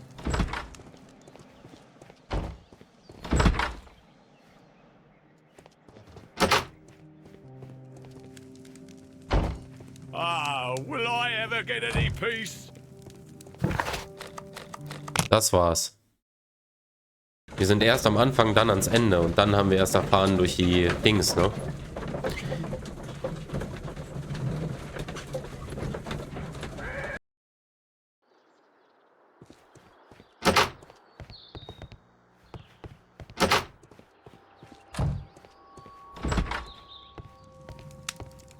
I will not move from here until I receive... It's a scandal. An absolute... Don't touch anything, please. Warte mal, wir gucken mal eben. Was haben wir denn jetzt noch zu tun? Lösen Sie das Rätsel um den verschwundenen Zug. Untersuchen Sie das Nebengleis zwischen den Bahnhöfen von Chesterfield und Evesham, das zum Steinbruch führt. Untersuchen Sie das Nebengleis bei Evesham. Suchen Sie am Bahnhof von Doncaster nach verdächtigen Details und Hinweisen. Verwenden Sie einen Telegraphen, um mehr über die Firma Cole herauszufinden. Also, Telegraph. Das da ist einer, ne? I asked Mycroft to find out some information on the WEA Coal Company. Here is his reply, and it is an interesting one. Es gibt zwei Firmen, Barcazas aus Chile und Caracal aus Mexiko. Beide Unternehmen wollten die Minen der Firma WEA Coal kaufen. Das mexikanische Caracal-Konsortium hatte bereits eine vorläufige Vereinbarung erreicht und die Verträge vorbereitet. Allerdings gelang es der chilenischen Barcazas-Gruppe mit Hilfe einer einflussreichen Verbindung, sich den Zuschlag für den Kauf der Minen zu sichern. Mexikaner gegen Chile. Wer in Chilen? Jo. Kein Groll. Die Mexikaner hegen keinen Groll gegen die Chilenen. Geschäft ist schließlich Geschäft. Naja, gerade Geschäfte können doch so viel Groll hervorrufen, oder? Don't touch anything, please. Aber auf jeden Fall wissen wir, durch das ins Journal gucken, ups, die Nebengleise müssen wir uns angucken.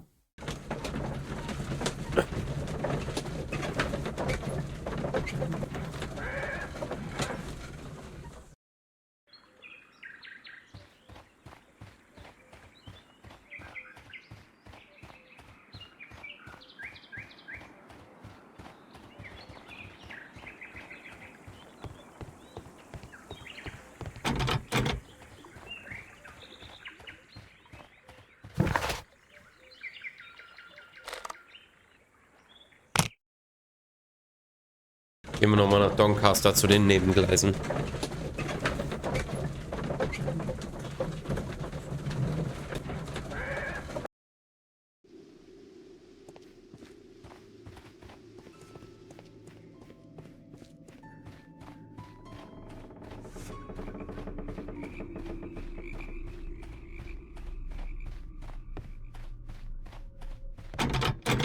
The switch is rusted, but it still works. Manchmal sind es so einfache Sachen, ne? Überfluteter Steinbruch und altes Nebengleis zum Steinbruch.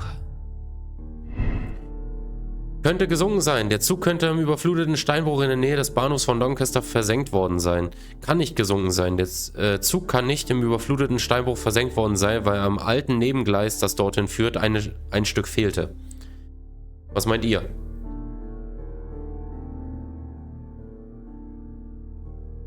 Also ich hätte jetzt eher gesagt, das kann eigentlich nicht gesunken sein, weil wir auf der anderen Seite am Strand ja noch die Spuren gefunden haben.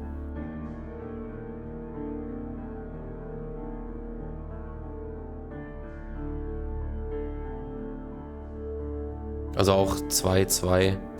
Okay, alles klar. Hätte ich nämlich auch gesagt. Okay.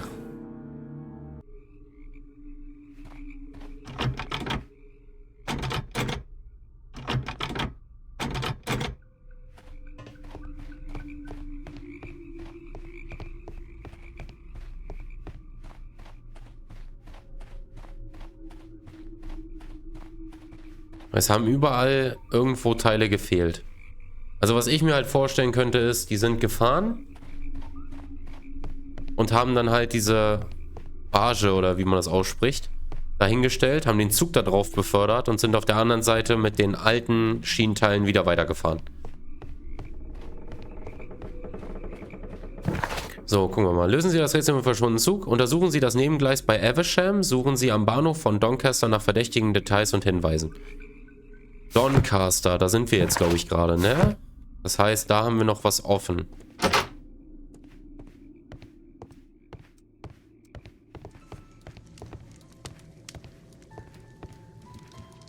Ich habe so das Gefühl, dass wir bestimmt noch den Mexikaner irgendwie finden müssen. Der versteckt sich bestimmt irgendwo. Der Lurch.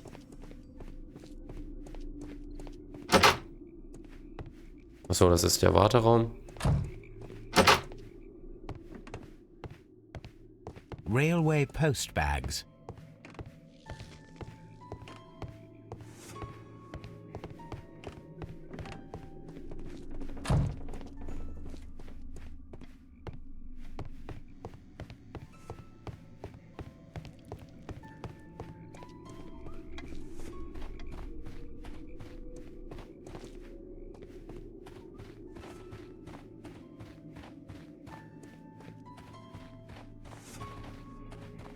I'm always wondering what's on your mind, Holmes. Nee.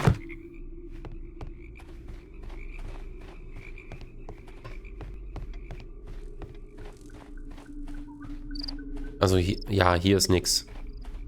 Aber irgendwas muss hier ja noch sein.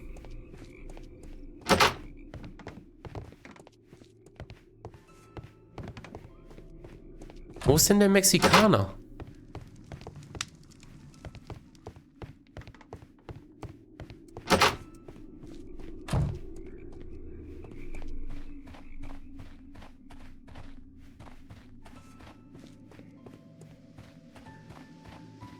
Irgendwo muss der noch rumlungern.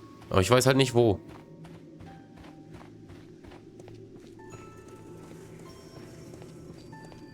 Und der Typ da ist auch sehr verdächtig. Als ob er ihn versteckt.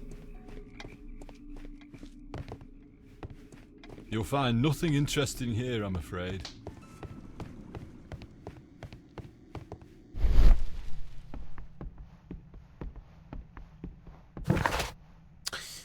Untersuchen Sie das Nebengleis bei Evesham. Suchen Sie am Bahnhof von Doncaster nach verdächtigen Details und Hinweisen. Sonst gehen wir erstmal nochmal nach Evesham.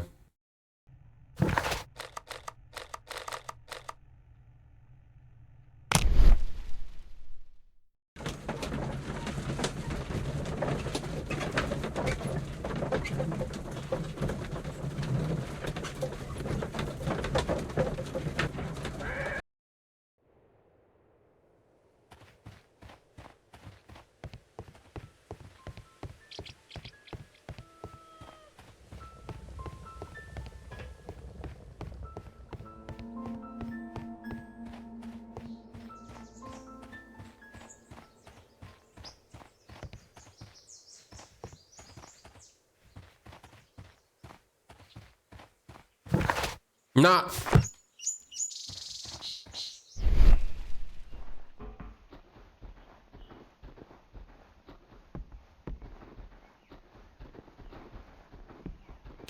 Hier muss doch irgendwo noch was sein.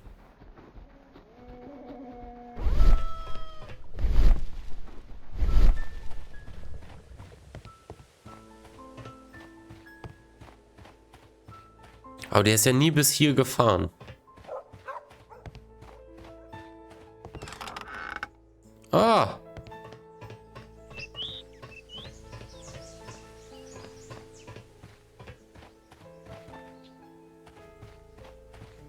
Ah, Watson!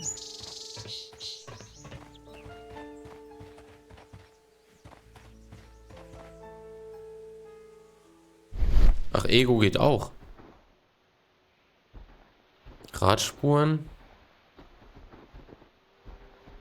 Spuren eines schweren Fahrzeugs. Let's take a closer look.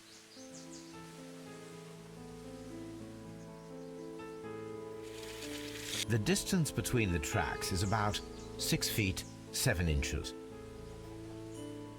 The vehicle would have been heavy, as these tracks are quite deep. These traces are relatively fresh and were made by a large truck loaded with materials. The traces found at the disassembled shed near Evesham and Wie at am the Strand. lake were from the same vehicle. Dabei handelt es sich um ein abgerissenes Depot in der Nähe von Evesham. Dort sind auch Spuren eines schweren Fahrzeugs mit einer Spurweite von ca. 6 Fuß 7 Zoll zu finden, mit dem höchstwahrscheinlich Material transportiert wurde. Das heißt, jetzt haben wir wieder was zu erfragen.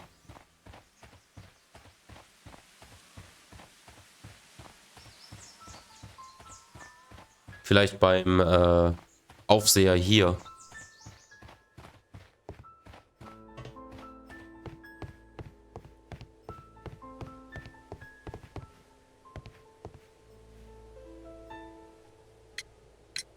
It appears that there was a small warehouse near your station and that it was disassembled.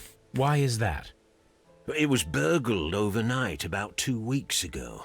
The police have already started their investigation, but I doubt that they'll find anything. What was inside the warehouse? Nothing of value. A few 100 feet of standby rails and some spare railway parts. But it wouldn't be easy to steal all of that. Why would anyone want to? See you Haben Sie Ihre later, Teile my her. good man. Gestohlene Schienenstücke. Schienen zu den Minen fehlen? Jo. Gleis zu den Minen. Jemand hat die Schienenteile gestohlen, um vorübergehend das fehlende Gleisstück in die Minen zu ersetzen. Also wir kriegen ganz schön viele Hinweise, aber dass da irgendwie sich noch nichts verbindet, ist echt merkwürdig.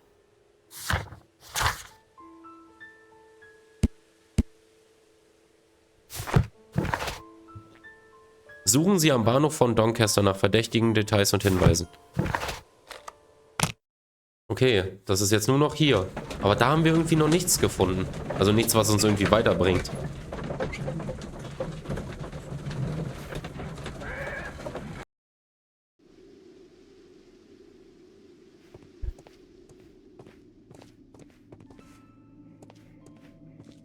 Ich sag dir das, ich rieche den Mexikaner, der ist irgendwo. Wahrscheinlich ist er in irgendeinen Sack gesprungen und hat sich versteckt. A telegraph. Der ist hier raus, vorhin.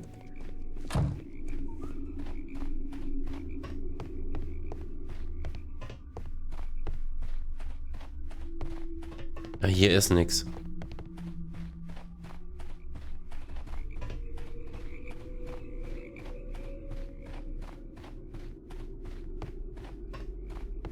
Aber irgendwas muss hier noch sein. Irgendwas habe ich übersehen.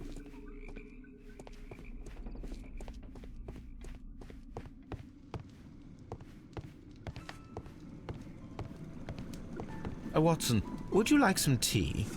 No. Nein.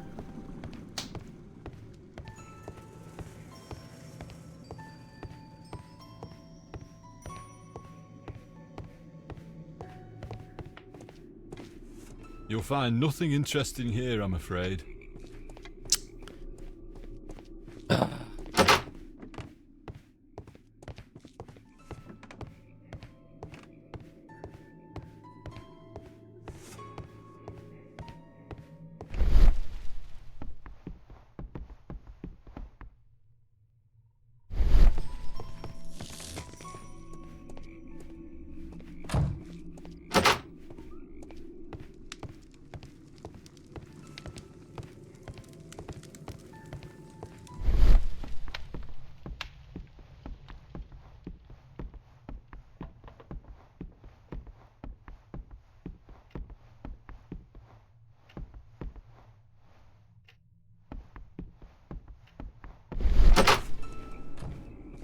Ja, was kann denn hier noch sein?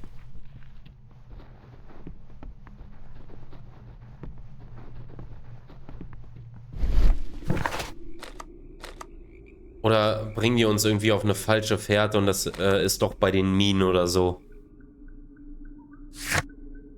Suchen Sie am Bahnhof von Doncaster nach verdächtigen Details und Hinweisen.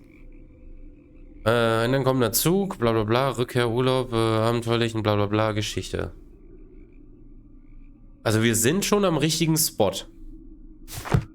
Aber ich weiß nicht, was hier noch... Wie gesagt, das Einzige, was hier halt richtig verdächtig ist, ist halt dieser Mexikaner, der verschwunden ist. Aber wir sind hier vorne reingekommen und er ist da hinten raus.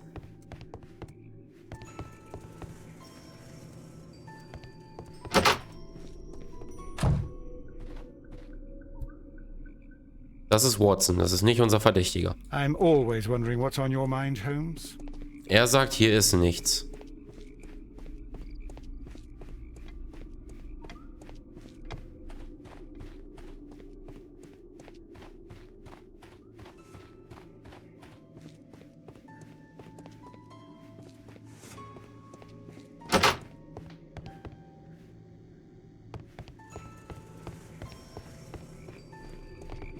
Alter, das kann doch nicht wahr sein. Hier waren wir gerade drin, hier ist nichts mehr.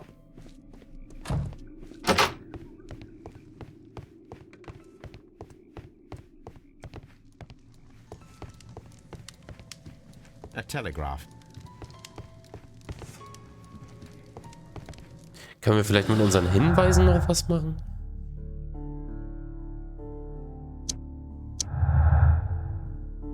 Oh Gott!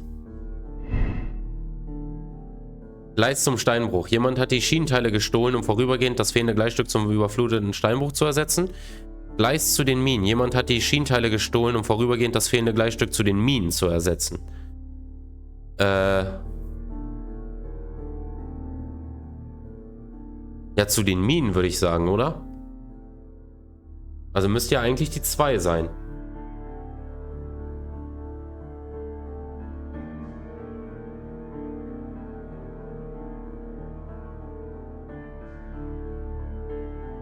Was meint ihr?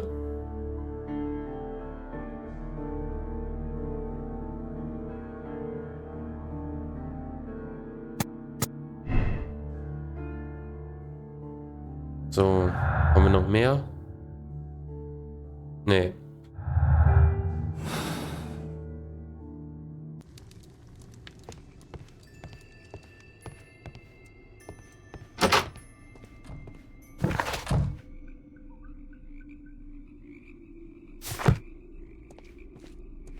Ich weiß echt nicht, was man hier noch machen soll.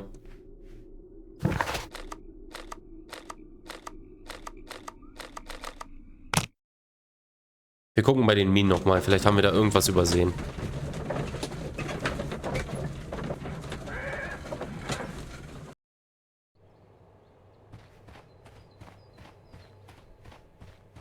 Weil hier bei den Minen sieht man ja, dass hier Spuren von den Schienen sind. Und das Ding wurde gesprengt.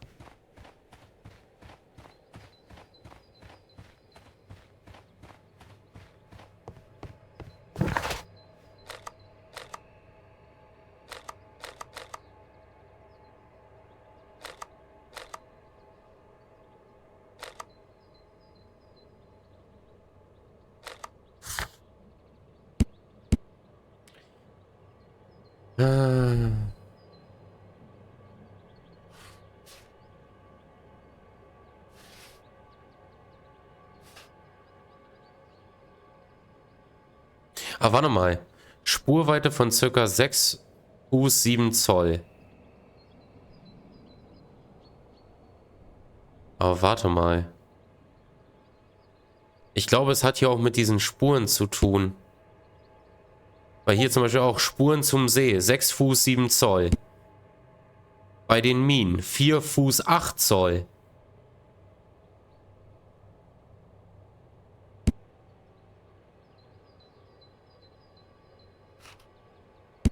Ja, bei den Minen ist das nur 4 Fuß 8.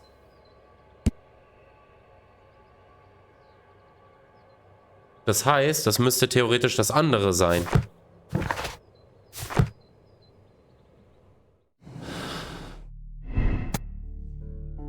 Zum Steinbruch. Aber warte mal, dann kommt das hier nicht mehr hin. Dann war er aber in Chesterfield.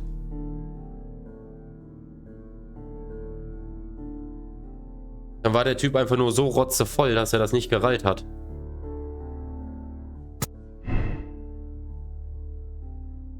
Aber das passt trotzdem dann nicht wieder. Nee, das hier. Das heißt, das Ding könnte versunken sein, müssten wir dann nehmen. Dass es einfach zu schwer war.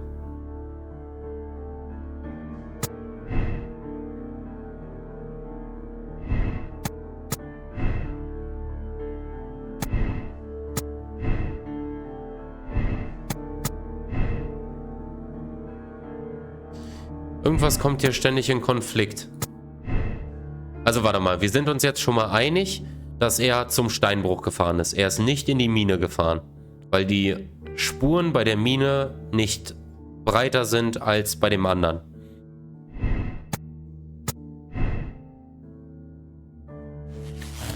Ah! Das heißt, es könnte gesunken sein, weil es einfach zu schwer war. Wurde versenkt. Der Zug wurde im überfluteten Steinbruch versenkt.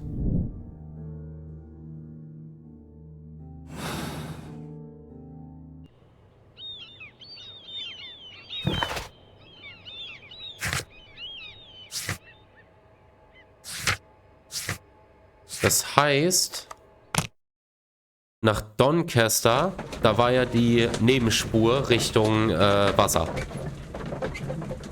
Würde ja vielleicht auch Sinn machen, dass das Ding versenkt wurde. Das heißt, diese Barge oder wie das Ding hieß, hatte halt das Gewicht von dem Ding nicht gehalten.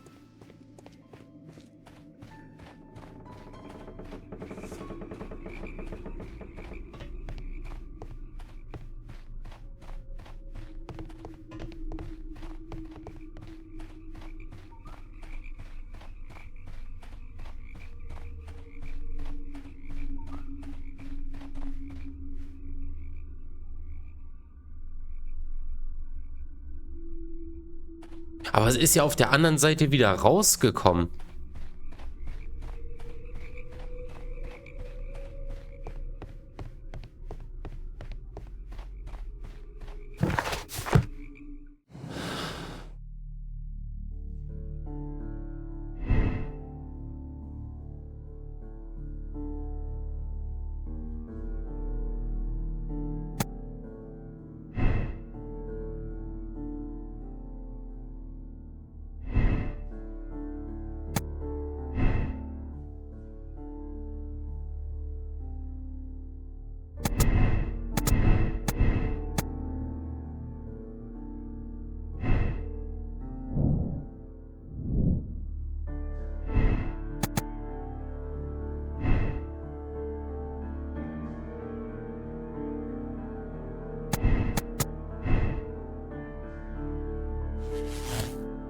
Ah, guck mal.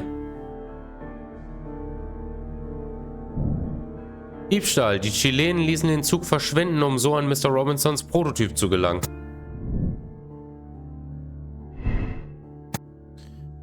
Zug versteckt. Die Mine ist eingestürzt und hat den Zug unter sich begraben. Dazu wurde Dynamit beim Eingang...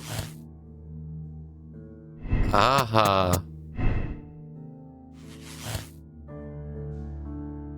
Die ganzen Hinweise, die wir haben, müssen wir ändern.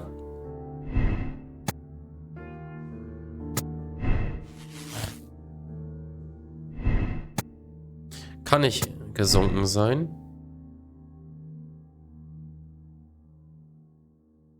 Oder wir müssen jetzt genau rausfinden, was wie wo passiert ist.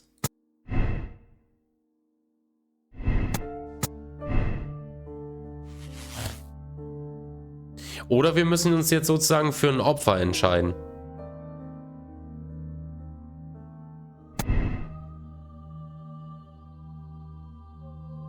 Also, gehen wir eben nochmal alles durch. Alles, was wir jetzt haben. Also, ich denke mal, wir sind uns ziemlich sicher, dass Robinson ein Motiv hatte. Weil ich bin ganz ehrlich, ich denke, der hat definitiv was damit zu tun. Die Chilenen, wenn die durch Zufall nur an Bord waren,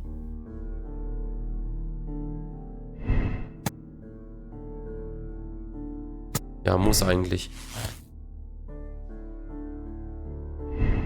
Weil wie gesagt, es ist schon komisch, dass er... Ach, siehst du, es gehen immer nur gewisse Stränge zusammen und dadurch kriegst du dann verschiedene Dings.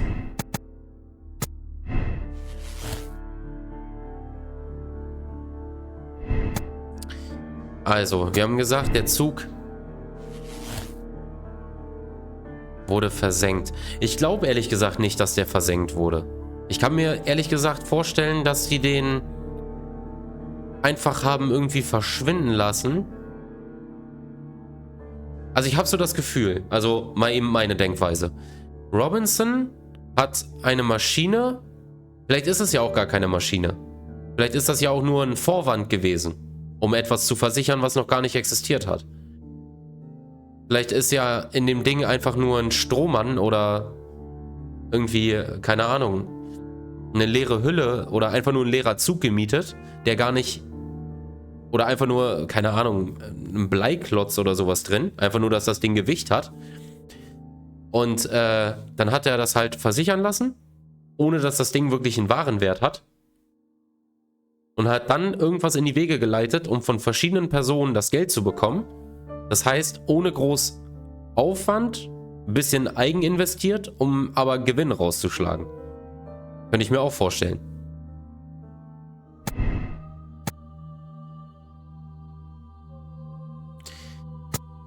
Und dann könnte man theoretisch sagen, die Chilenen an Bord gelassen, um ihnen das in die Schuhe zu schieben. Vielleicht.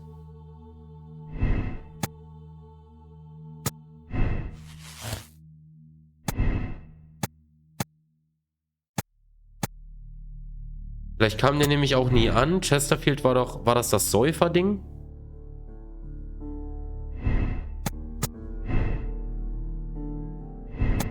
Nee, das lassen wir mal so. Wir sagen mal, es kann nicht gesunken sein.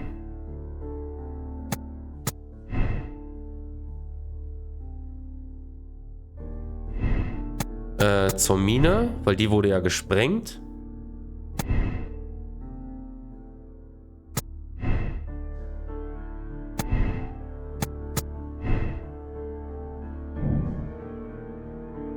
Die Mexikaner haben kürzlich Bargen auf dem See eingesetzt, vermutlich um etwas sehr Schweres zu transportieren. Also ich gehe jetzt mal davon aus, sagen wir mal, das hat funktioniert. Ne? Also die Bargen funktionieren. Das heißt, die konnten etwas sehr Schweres transportieren. Heißt, er hat ein Motiv. Das steht außer Frage. Es kann nicht gesunken sein. Die Mine wurde sabotiert. Nee, das muss eigentlich auch stimmen. Gleich zu den Minen.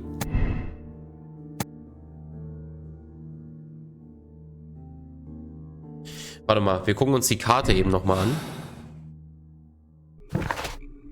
Also, hier war der Evesham. Und da ist der Zug ja verschwunden. Glaube ich. Und was ich glaube ist, dass der hier abgewichen ist.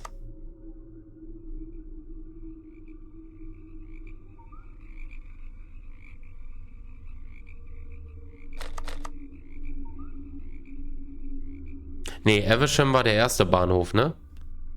Ich glaube, hier waren wir. Ich glaube, der Zug ist hier lang gefahren, ist hier abgebogen, wurde hier mit der Barge rübergefahren und hier am Strand wieder abgeladen. Und dann zur Mine nee, ist ja Quatsch. Wenn wir sagen, dass der zur Mine gefahren ist, dann muss er ja alles passiert haben. Außer Bridlington. Der muss alles passiert haben und hier reingebogen sein.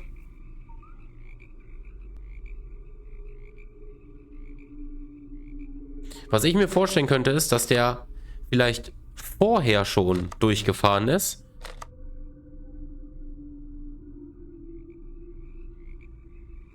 und wir halt nur diese Attrappe gesehen haben.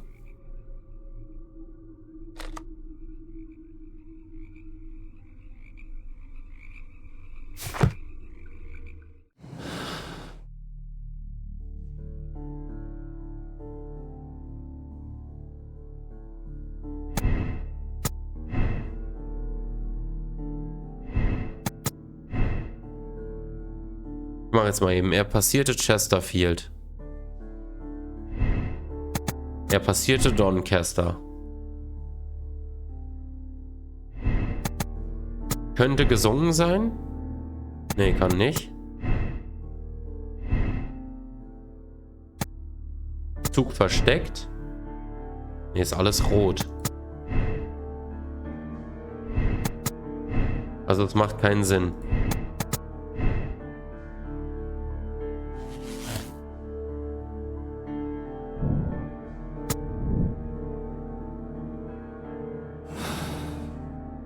Also jetzt haben wir diesen einen Punkt. Was für Firmen waren die nochmal? Chilen Elektrokram und die Mexikaner auch. Die Mexikaner mit dem Las Zapas, die haben die Bargen gebaut. Also um schwere Güter über Wasser zu transportieren.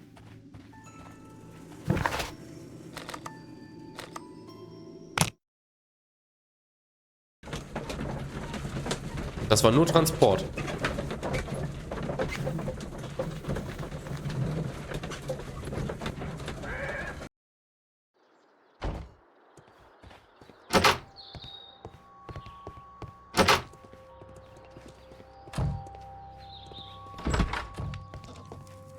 I will not move from here until I... Don't touch anything, please.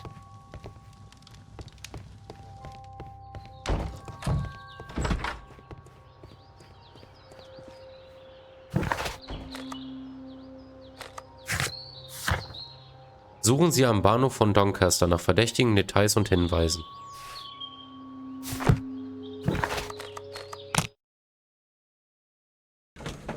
Irgendwie werde ich da auch gerade nicht schlau draus.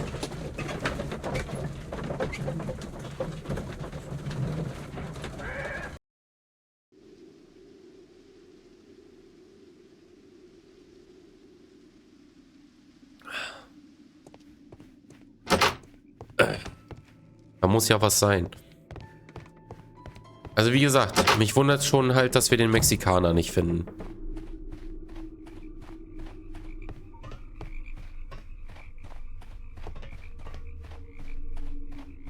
Eigentlich, dass uns eine deutliche Richtung gibt. Also, eine Sache, die ja irgendwie schon mal nicht sein kann, ist, wir haben ja vorhin gemerkt, dass der Wasserspiegel gesunken ist. Das heißt, wenn das Ding irgendwie versenkt gewesen wäre, dann müssten wir eigentlich irgendwas sehen.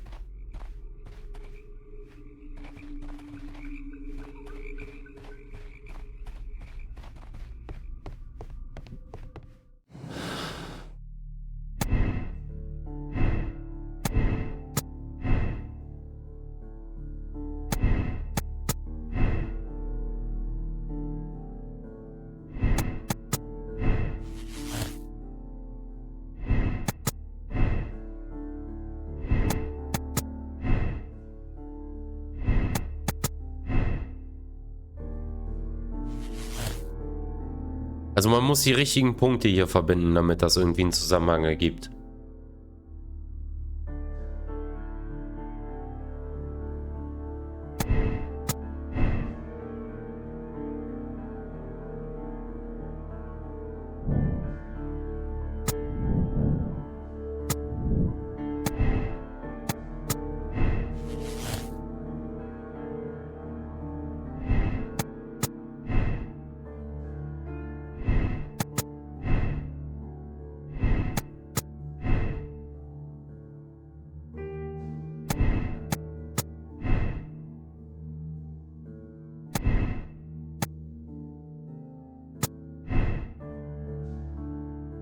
Aber wenn der Zug versenkt wurde, sinkt doch der Wasserspiegel nicht.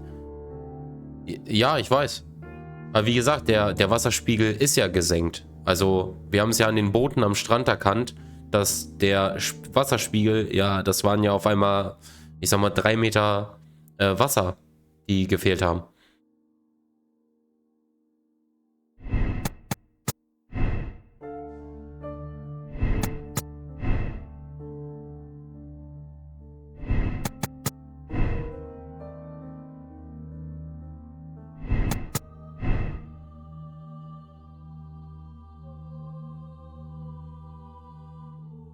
Ja, das heißt, dass er zu 100% nicht versenkt ist. Ja, genau. Deswegen sage ich ja, man hätte ihn ja dann irgendwo finden müssen. Oder sehen müssen.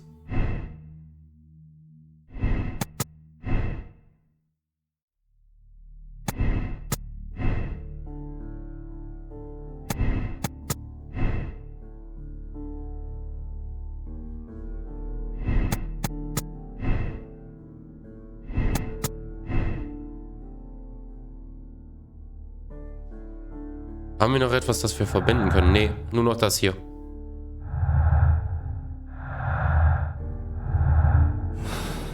Aber uns fehlt ja noch irgendein Hinweis.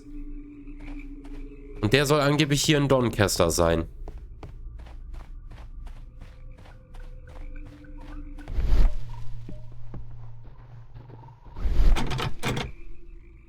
Die Weichen funktionieren. Ja, da fehlt uns ja dann noch einer. Ja, richtig. Der Mexikaner. Ja, aber wo ist der Mexikaner?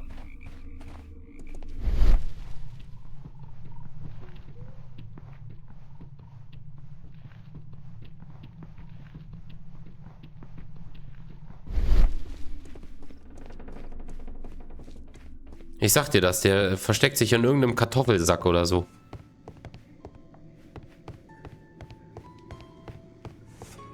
Wie gesagt, das war dieser Bahnhof.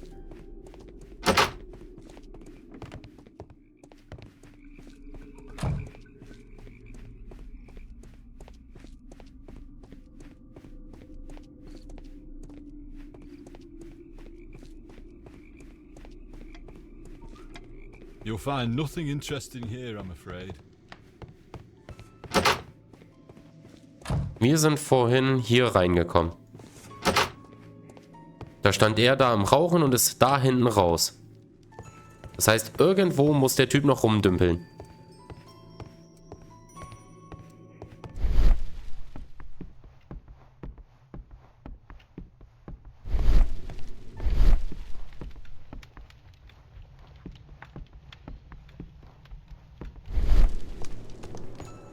Ich sag dir das, der versteckt sich irgendwo.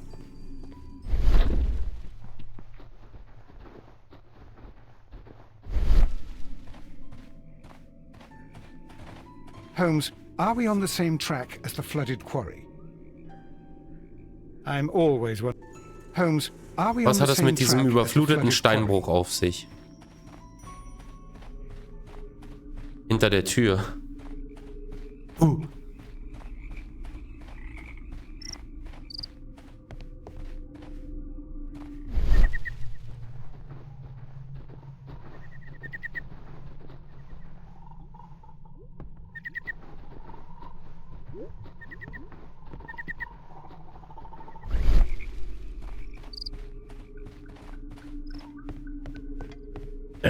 Irgendwas muss ich hier übersehen haben. Irgendwas bei diesem Steinbruch hier.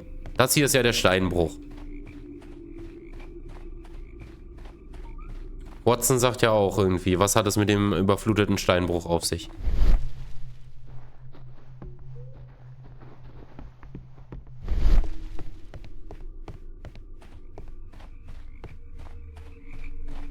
The railway ends here. That is strange. Kannst du weiterlaufen?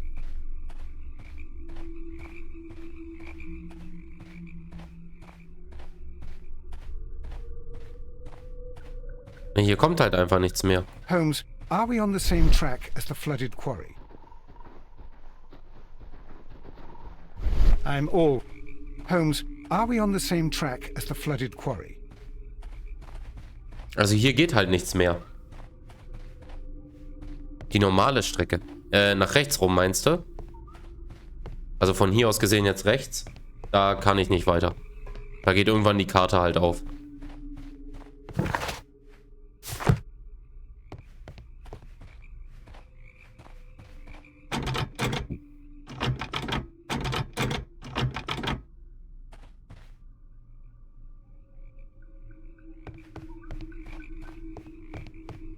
Ja, die kann ich halt auch nur bis zum Endpunkt laufen.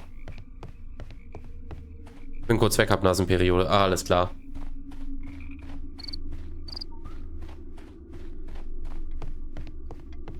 Ja, halt nicht weit, ne? Also hier müsste jetzt gleich irgendwo Stopp sein. Sag mal, wo haben wir denn das Ding gebaut?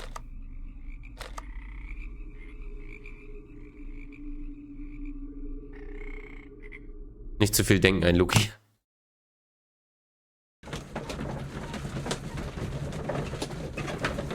Gina doch nicht. Wir haben doch irgendwo dieses Testding gebaut gehabt.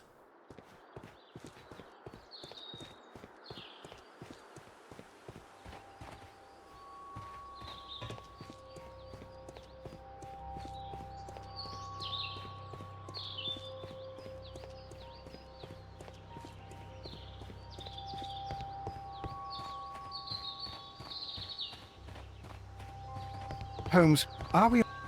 Holmes, Holmes... Irgendwas ist mit diesem überfluteten Steinbruch.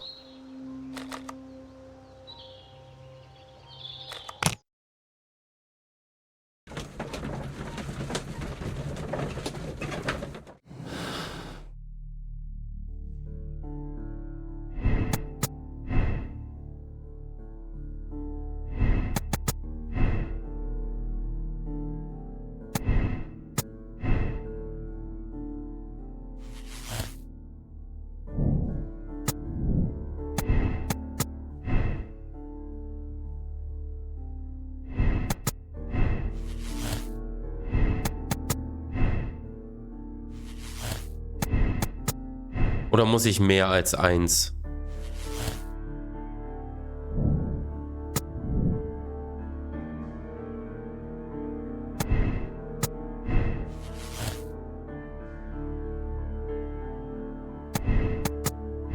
Das Ding ist, wenn ich das jetzt mache, kommt das halt in den Zwist.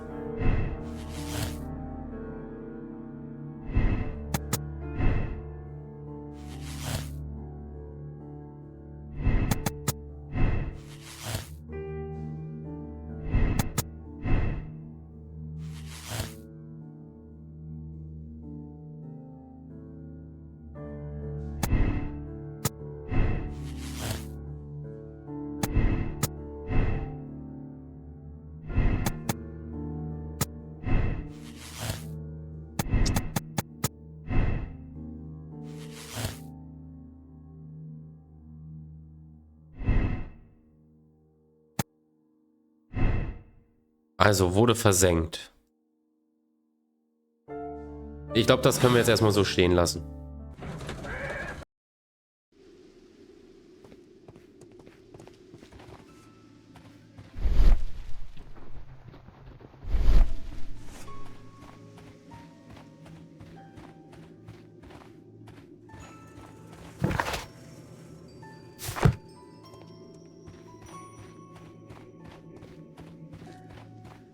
So, wieder da, was gibt's Neues?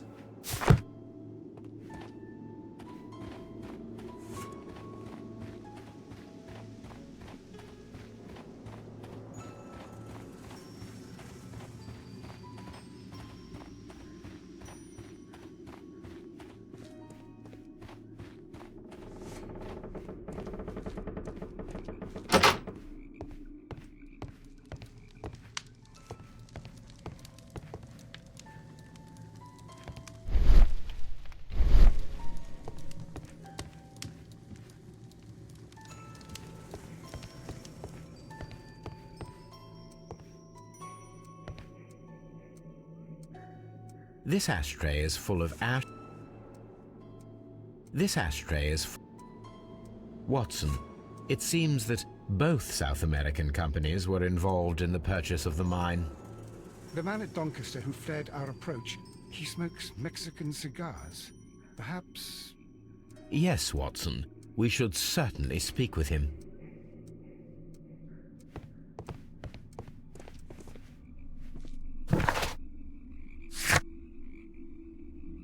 Finden Sie den Mann, der im Wartesaal von Doncaster Zigarren raucht.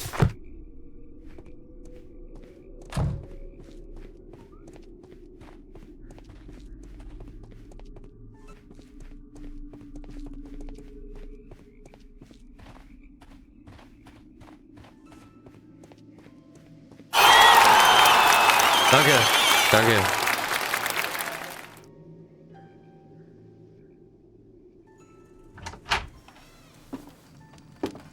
Please, sir, we would ask you not to leave. We have some questions. Are you the police? No, we are employed by the railway company. We are collecting witness statements about the train that disappeared last night. Lo siento, I'm in a hurry. Really? It seemed that you were waiting here for someone. Could you tell us if you were at the station last night? No, I just arrived from South America. A formidable journey, no doubt. Which country are you from? De Chile.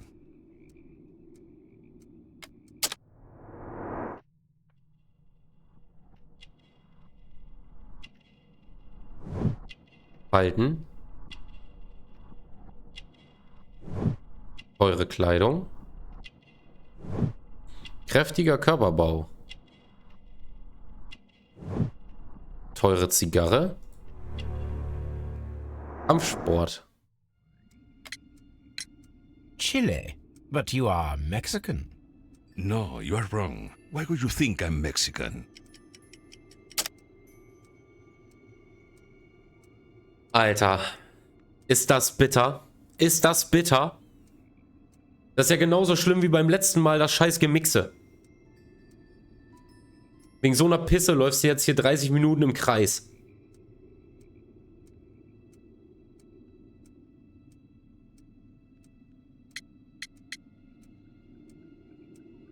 Was wollt ihr nehmen? 1, 2, 3, 4 oder 5? Ich helfe euch, Watsons.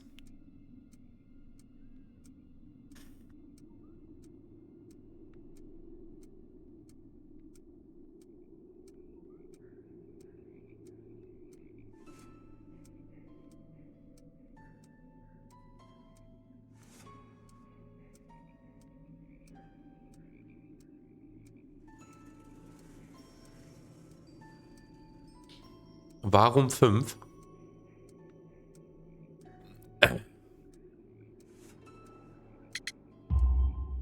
Because of your cigars. Guter Watson. Sí, cigarrillos. So what? Those cigars are the Ricardo brand, from Mexico. It is quite impossible to find them anywhere but there. Pero not your business. I don't suppose that you are on vacation. What business brought you here? I was to meet my fellow compañeros. Where did you arrive yesterday? They were on that damn train.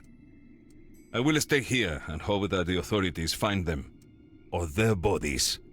It's now my responsibility to repatriate them. Who authorized you to do that? The company I work for. Could you tell me the name of the company? It's not your concern. And what is your name? Enough questions. Buenas tardes.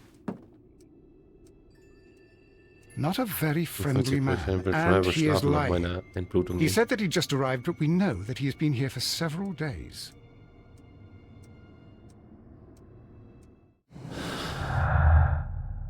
We are cold schälen, verdächtige Mexikaner. Kein Groll, die Mexikaner hegen keinen Groll gegen die Chilenen. Geschäft ist schließlich Geschäft. Wütender Mexikaner, die mexikanische Firma KK ist nicht gut auf die chilenische Firma Barcasas zu sprechen. Die Chilenen haben den Zuschlag für die Coal-Minen erhalten, obwohl bereits eine Vereinbarung mit den Mexikanern bestand. Also ich bin für die 2.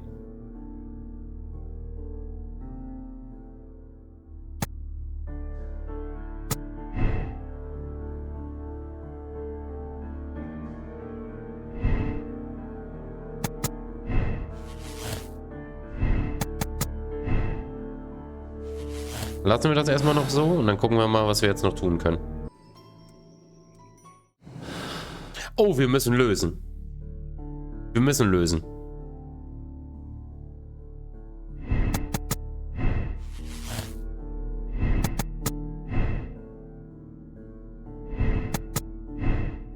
Also, da uns der Mexikaner angelogen hat,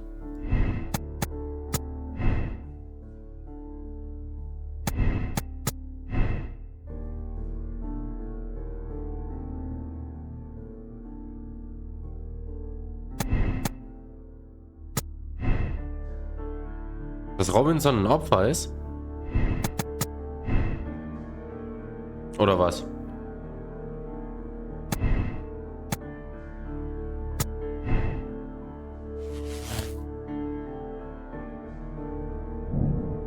Mexikanische Falle. Die Mexikaner haben dafür gesorgt, dass die Chilenen an Bord des Zuges geblieben sind. Aus diesem Grund wurden alle Fahrgäste bis auf die Chilenen aufgefordert, den Zug zu verlassen. Und jetzt kann ich mir nämlich vorstellen, ging zum Steinbruch.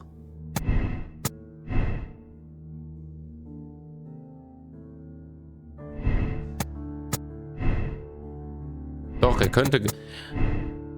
Oder warte, halt. Er ging zu den Minen.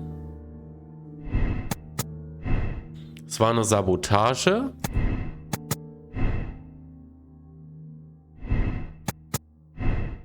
Kann nicht gesunken sein.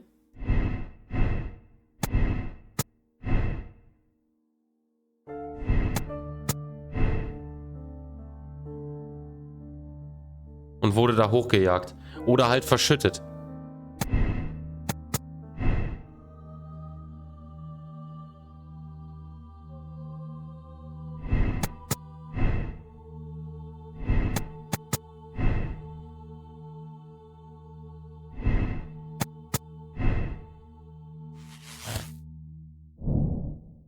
Der Zug ist von der eingestürzten Mine verschüttet worden.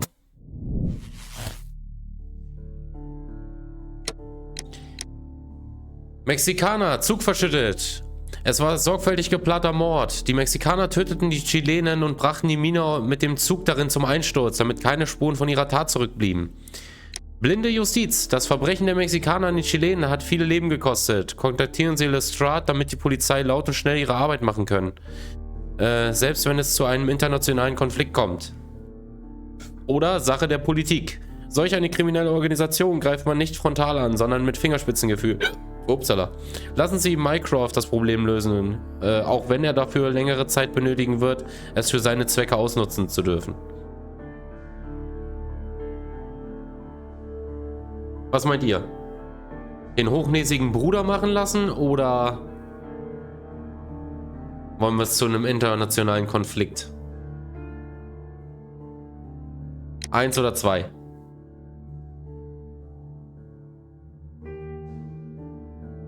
Eins, 2.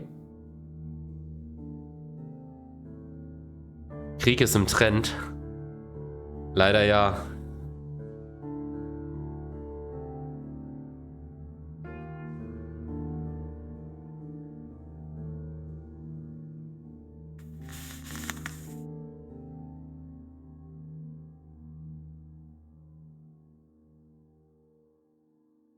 Ja, okay, 1. Okay.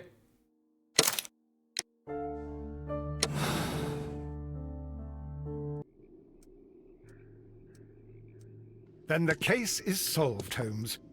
What do you intend to do? Well, I shall require assistance for the arrests. There were accomplices. Ah, but I know that look. You have your own ideas. What are they, Holmes? On the one hand, we have Mycroft and his tedious political games. He will locate the guilty parties without any trouble. But it will be a long and drawn-out process, and possibly with some compromise that will be to Mycroft's benefit. Our other option is the local constabulary, and advice from our friend Lestrade. The problem we have there is that the authorities seem to be incapable of acting quietly. They rely on brute force. It could result in an international scandal. All the same, I think that I prefer the forces methods. It would be better to resolve the case quickly and efficiently, without any talk of politics. Let us go home, then. I'd like to begin writing a draft of this story. I did not say that we had finished here yet. Well, all right. What did I miss? Watson, we know that the Barcazas Company directors were trapped under the collapsed mines, along with the train and Robinson's prototype. But we still need to corner the guilty party. But how do you intend to prove... Oh, no. Please don't tell me we have to dig out the mines. You may rest assured that I have a far better idea. We have only to use our corrupt Doncaster station master as bait. he will unwittingly trap our Mexican friend. Of course, you already had a plan. I shall follow you, Holmes. Well, Follow. the case is solved, and we shall be heading home. May we have 2 tickets to London, please? Right away, wait a minute. You've solved the case? In a manner of speaking, can you believe that the rescue service miraculously saved one of the Chileans who were on board the train? The police have ordered his immediate escort to London on the next train. He pulled through then? He's alive? Yes, by extreme good fortune. His condition is quite serious, and the method of transportation has its risk, but he will be held securely by the doctor and police officers. The gentleman carries some vital information on this case. I am sure of it. Ah, really? Your station will be famous, Mr. Duff. The journalists will be here before you know it. Goodbye, sir. Goodbye, gentlemen. Der fiese kleine Fiesling, Alter.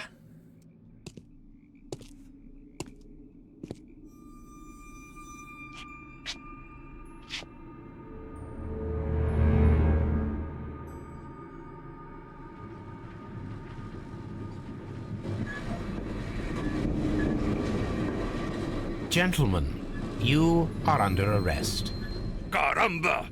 You traitor! You double-crossed me!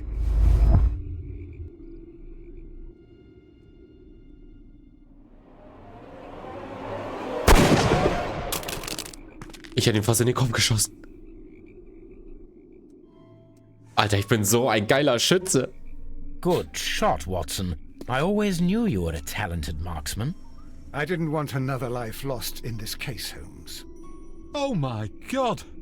I thought I was a dead man. You shouldn't be so glad about it. You'll be up before the judge. Your testimony will be of great importance to the investigation. I would remind you that your cooperation will be the best way to ease your sentence. By the way, Watson, would you be so kind as to give me some shooting lessons later on? Yes, but not in our sitting room, and not with you wearing a blindfold.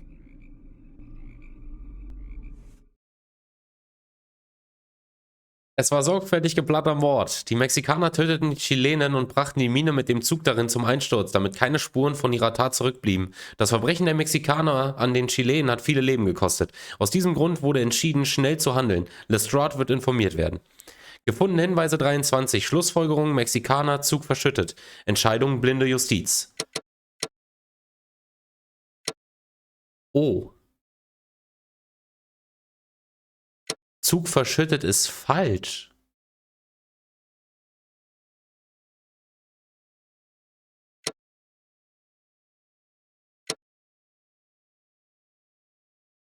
Auch mal den Kopf wegballern. Ja, Frage. Wollen wir nochmal die Enden anpassen oder wollen wir es lassen?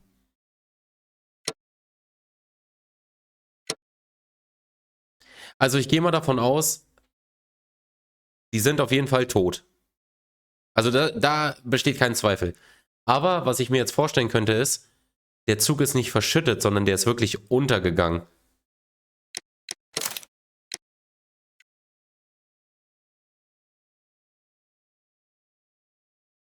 Jetzt will ich es wissen. Also, dann wurde der versenkt. Das heißt, Steinbruch. Also die Mexikaner sind definitiv schuld. Also da brauchen wir, glaube ich, nicht diskutieren.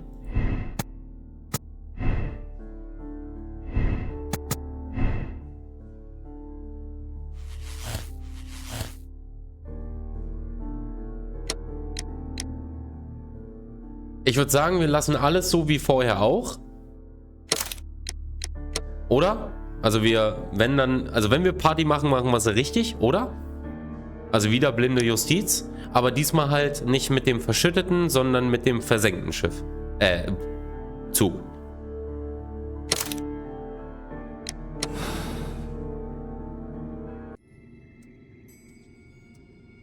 Then the case is solved. Wollen wir es nochmal Holmes. komplett angucken? What Einfach do you laufen intend to lassen?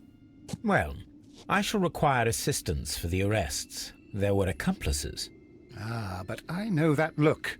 You have your own ideas. What are they, Holmes? On the one hand, we have Mycroft and his tedious political games. He will locate the guilty parties without any trouble. But it will be a long and drawn-out process, and possibly with some compromise that will be to Mycroft's benefit. Our other option is the local constabulary, and advice from our friend Lestrade. The problem we have there is that the authorities seem to be incapable of acting quietly. They rely on brute force. It could result in an international scandal. All the same, I think that I prefer the forces methods. It would be better to resolve the case quickly and efficiently, without any talk of politics. Let us go home, then. I'd like to begin writing a draft of this story. I did not say that we had finished here yet. Well, all right. What did I miss? Watson, we know that the Barkazas Company directors were drowned in the flooded quarry, along with the train and Robinson's prototype. But we still need to corner the guilty party. But how do you intend to prove... Oh, no. Please don't tell me we have to dive into the lake. Huh. You may rest assured that I have a far better idea. We have only to use our corrupt Doncaster station master as bait. He will unwittingly trap our Mexican friend.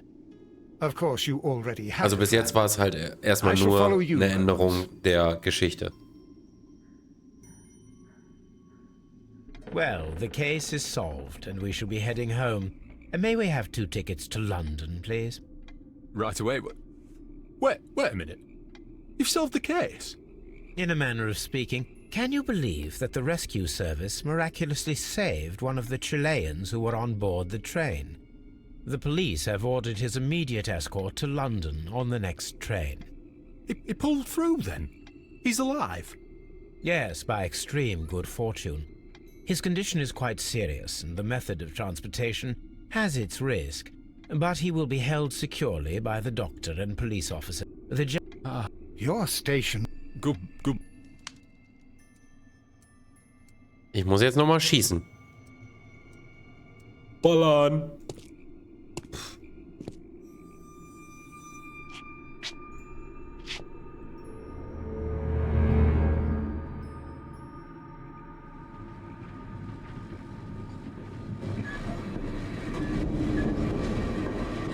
Gentlemen, you are under arrest. Wenn du mute bist, leuchtet nichts.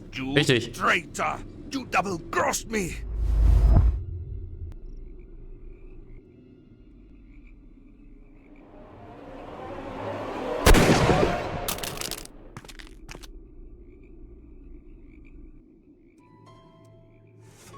Ich bin der wahre Watson. Good shot, Watson. I always knew you were a talented marksman. I didn't... Oh my God! I thought I was a dead man. You shouldn't be so glad about it. You'll be up before the judge. Your testimony will be of great importance to the investigation. I would remind you that your cooperation will be the best way to ease your sentence. By the way, Watson, would you be so kind as to give me some shooting lessons later on? Yes, but not in our sitting room and not with you wearing a blindfold.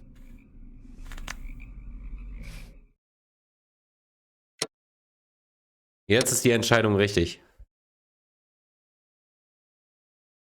Es war sorgfältig geplanter Mord. Die Mexikaner töteten die Chilenen, versenkten den Zug im überfluteten Steinbruch, damit keine Spuren von ihrer Tat zurückblieben. Der Dammbruch spielte ihnen dabei in die Karten. Sie benutzten ihre eigenen Bargen, um den Zug auf das Wasser zu schaffen und versenkten ihn dann im überfluteten Steinbruch.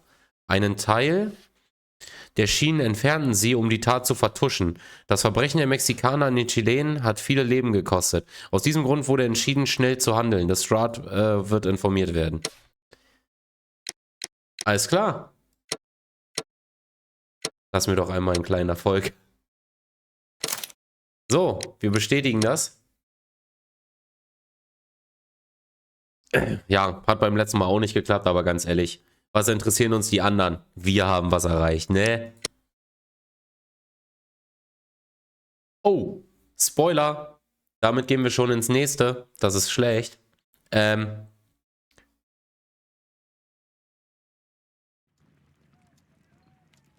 Na, wir können uns ja nochmal den Prolog angucken.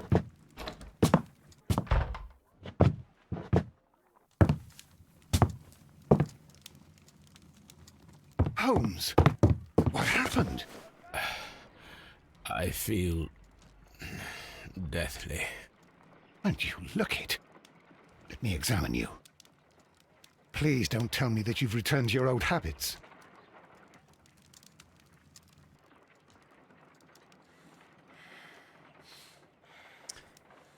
Nee. Okay, ich dachte, da kommt jetzt irgendwie was mit Vorgeschichte oder sonst irgendwas, aber das lassen wir alles schön mal beiseite.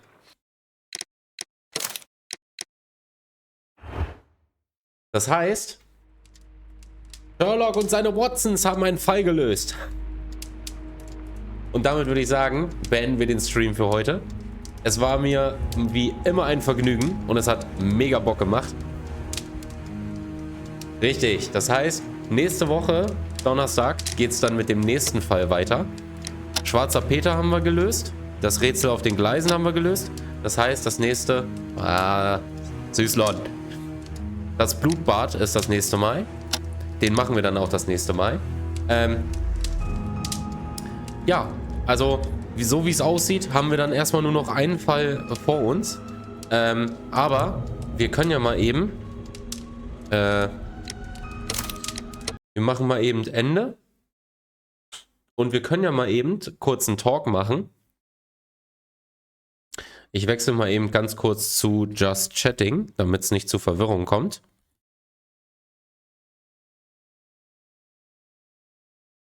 Obwohl es eigentlich völlig Latte ist, es geht ja um das Spiel. So, Sherlock Homes Frogware Spiele. Und zwar, das, was wir jetzt gerade gespielt haben, ist Sherlock Holmes Crimes and Punishments. So. Crimes and Punishments. Dann haben wir danach theoretisch für Devil's Daughter. Xbox, bla bla bla. Windows, das Spiel wurde von Frogwares Interactive 2016 veröffentlicht. Muss der Spieler 5 verschiedene Fälle lösen. Ja, dann können wir sonst sagen, ja,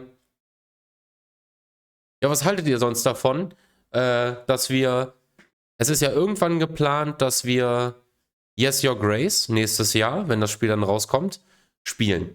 Also Yes, Your Grace, Snowfall, ne? Haben wir ja schon abgemacht, ist schon bestätigte Sache, also sobald das draußen ist, das knallen wir durch. Wir haben Ivo geschlachtet und jetzt kommen die anderen. Aber wir können uns ja dann ich habe ja immer gesagt, die beiden D-Tage will ich ja immer irgendwas spielen. Dann machen wir den einen der Tage, dann weiter mit den Sherlock Homes spielen und die anderen Tage machen wir dann Yes, Your Grace. Und die Zwischentage, also Mittwochs und sowas, machen wir dann ja, halt Multiplayer-Games. StarCraft 2, Fall Guys, alles, was so ansteht. Dann können wir uns immer wieder schön pro Abend einen Fall aussuchen und dann passt das wieder relativ gut. Ich denke mal, das ist eine gute Idee. So machen wir das auch. Aber alles klar. Dann bedanke ich mich auf jeden Fall fürs Zuschauen. Ich würde sagen, haltet euch eben nochmal fest. Wir gehen eben nochmal kurz einen Kollegen oder so raiden.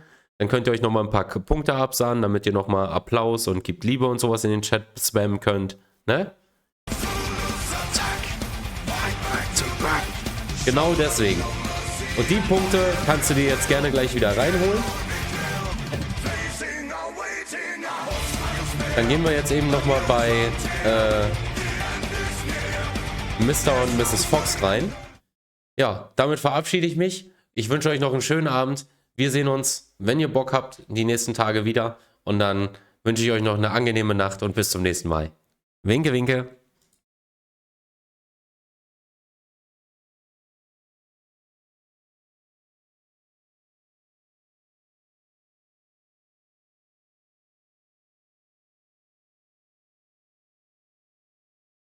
Das hast du doch auch ganz gut hingekriegt. Bis jetzt. So, was bringt mir eine 3? Dir nix. Ja, sie nicht. Boah. Ja gut, der längst darf nicht von treffen erst dann.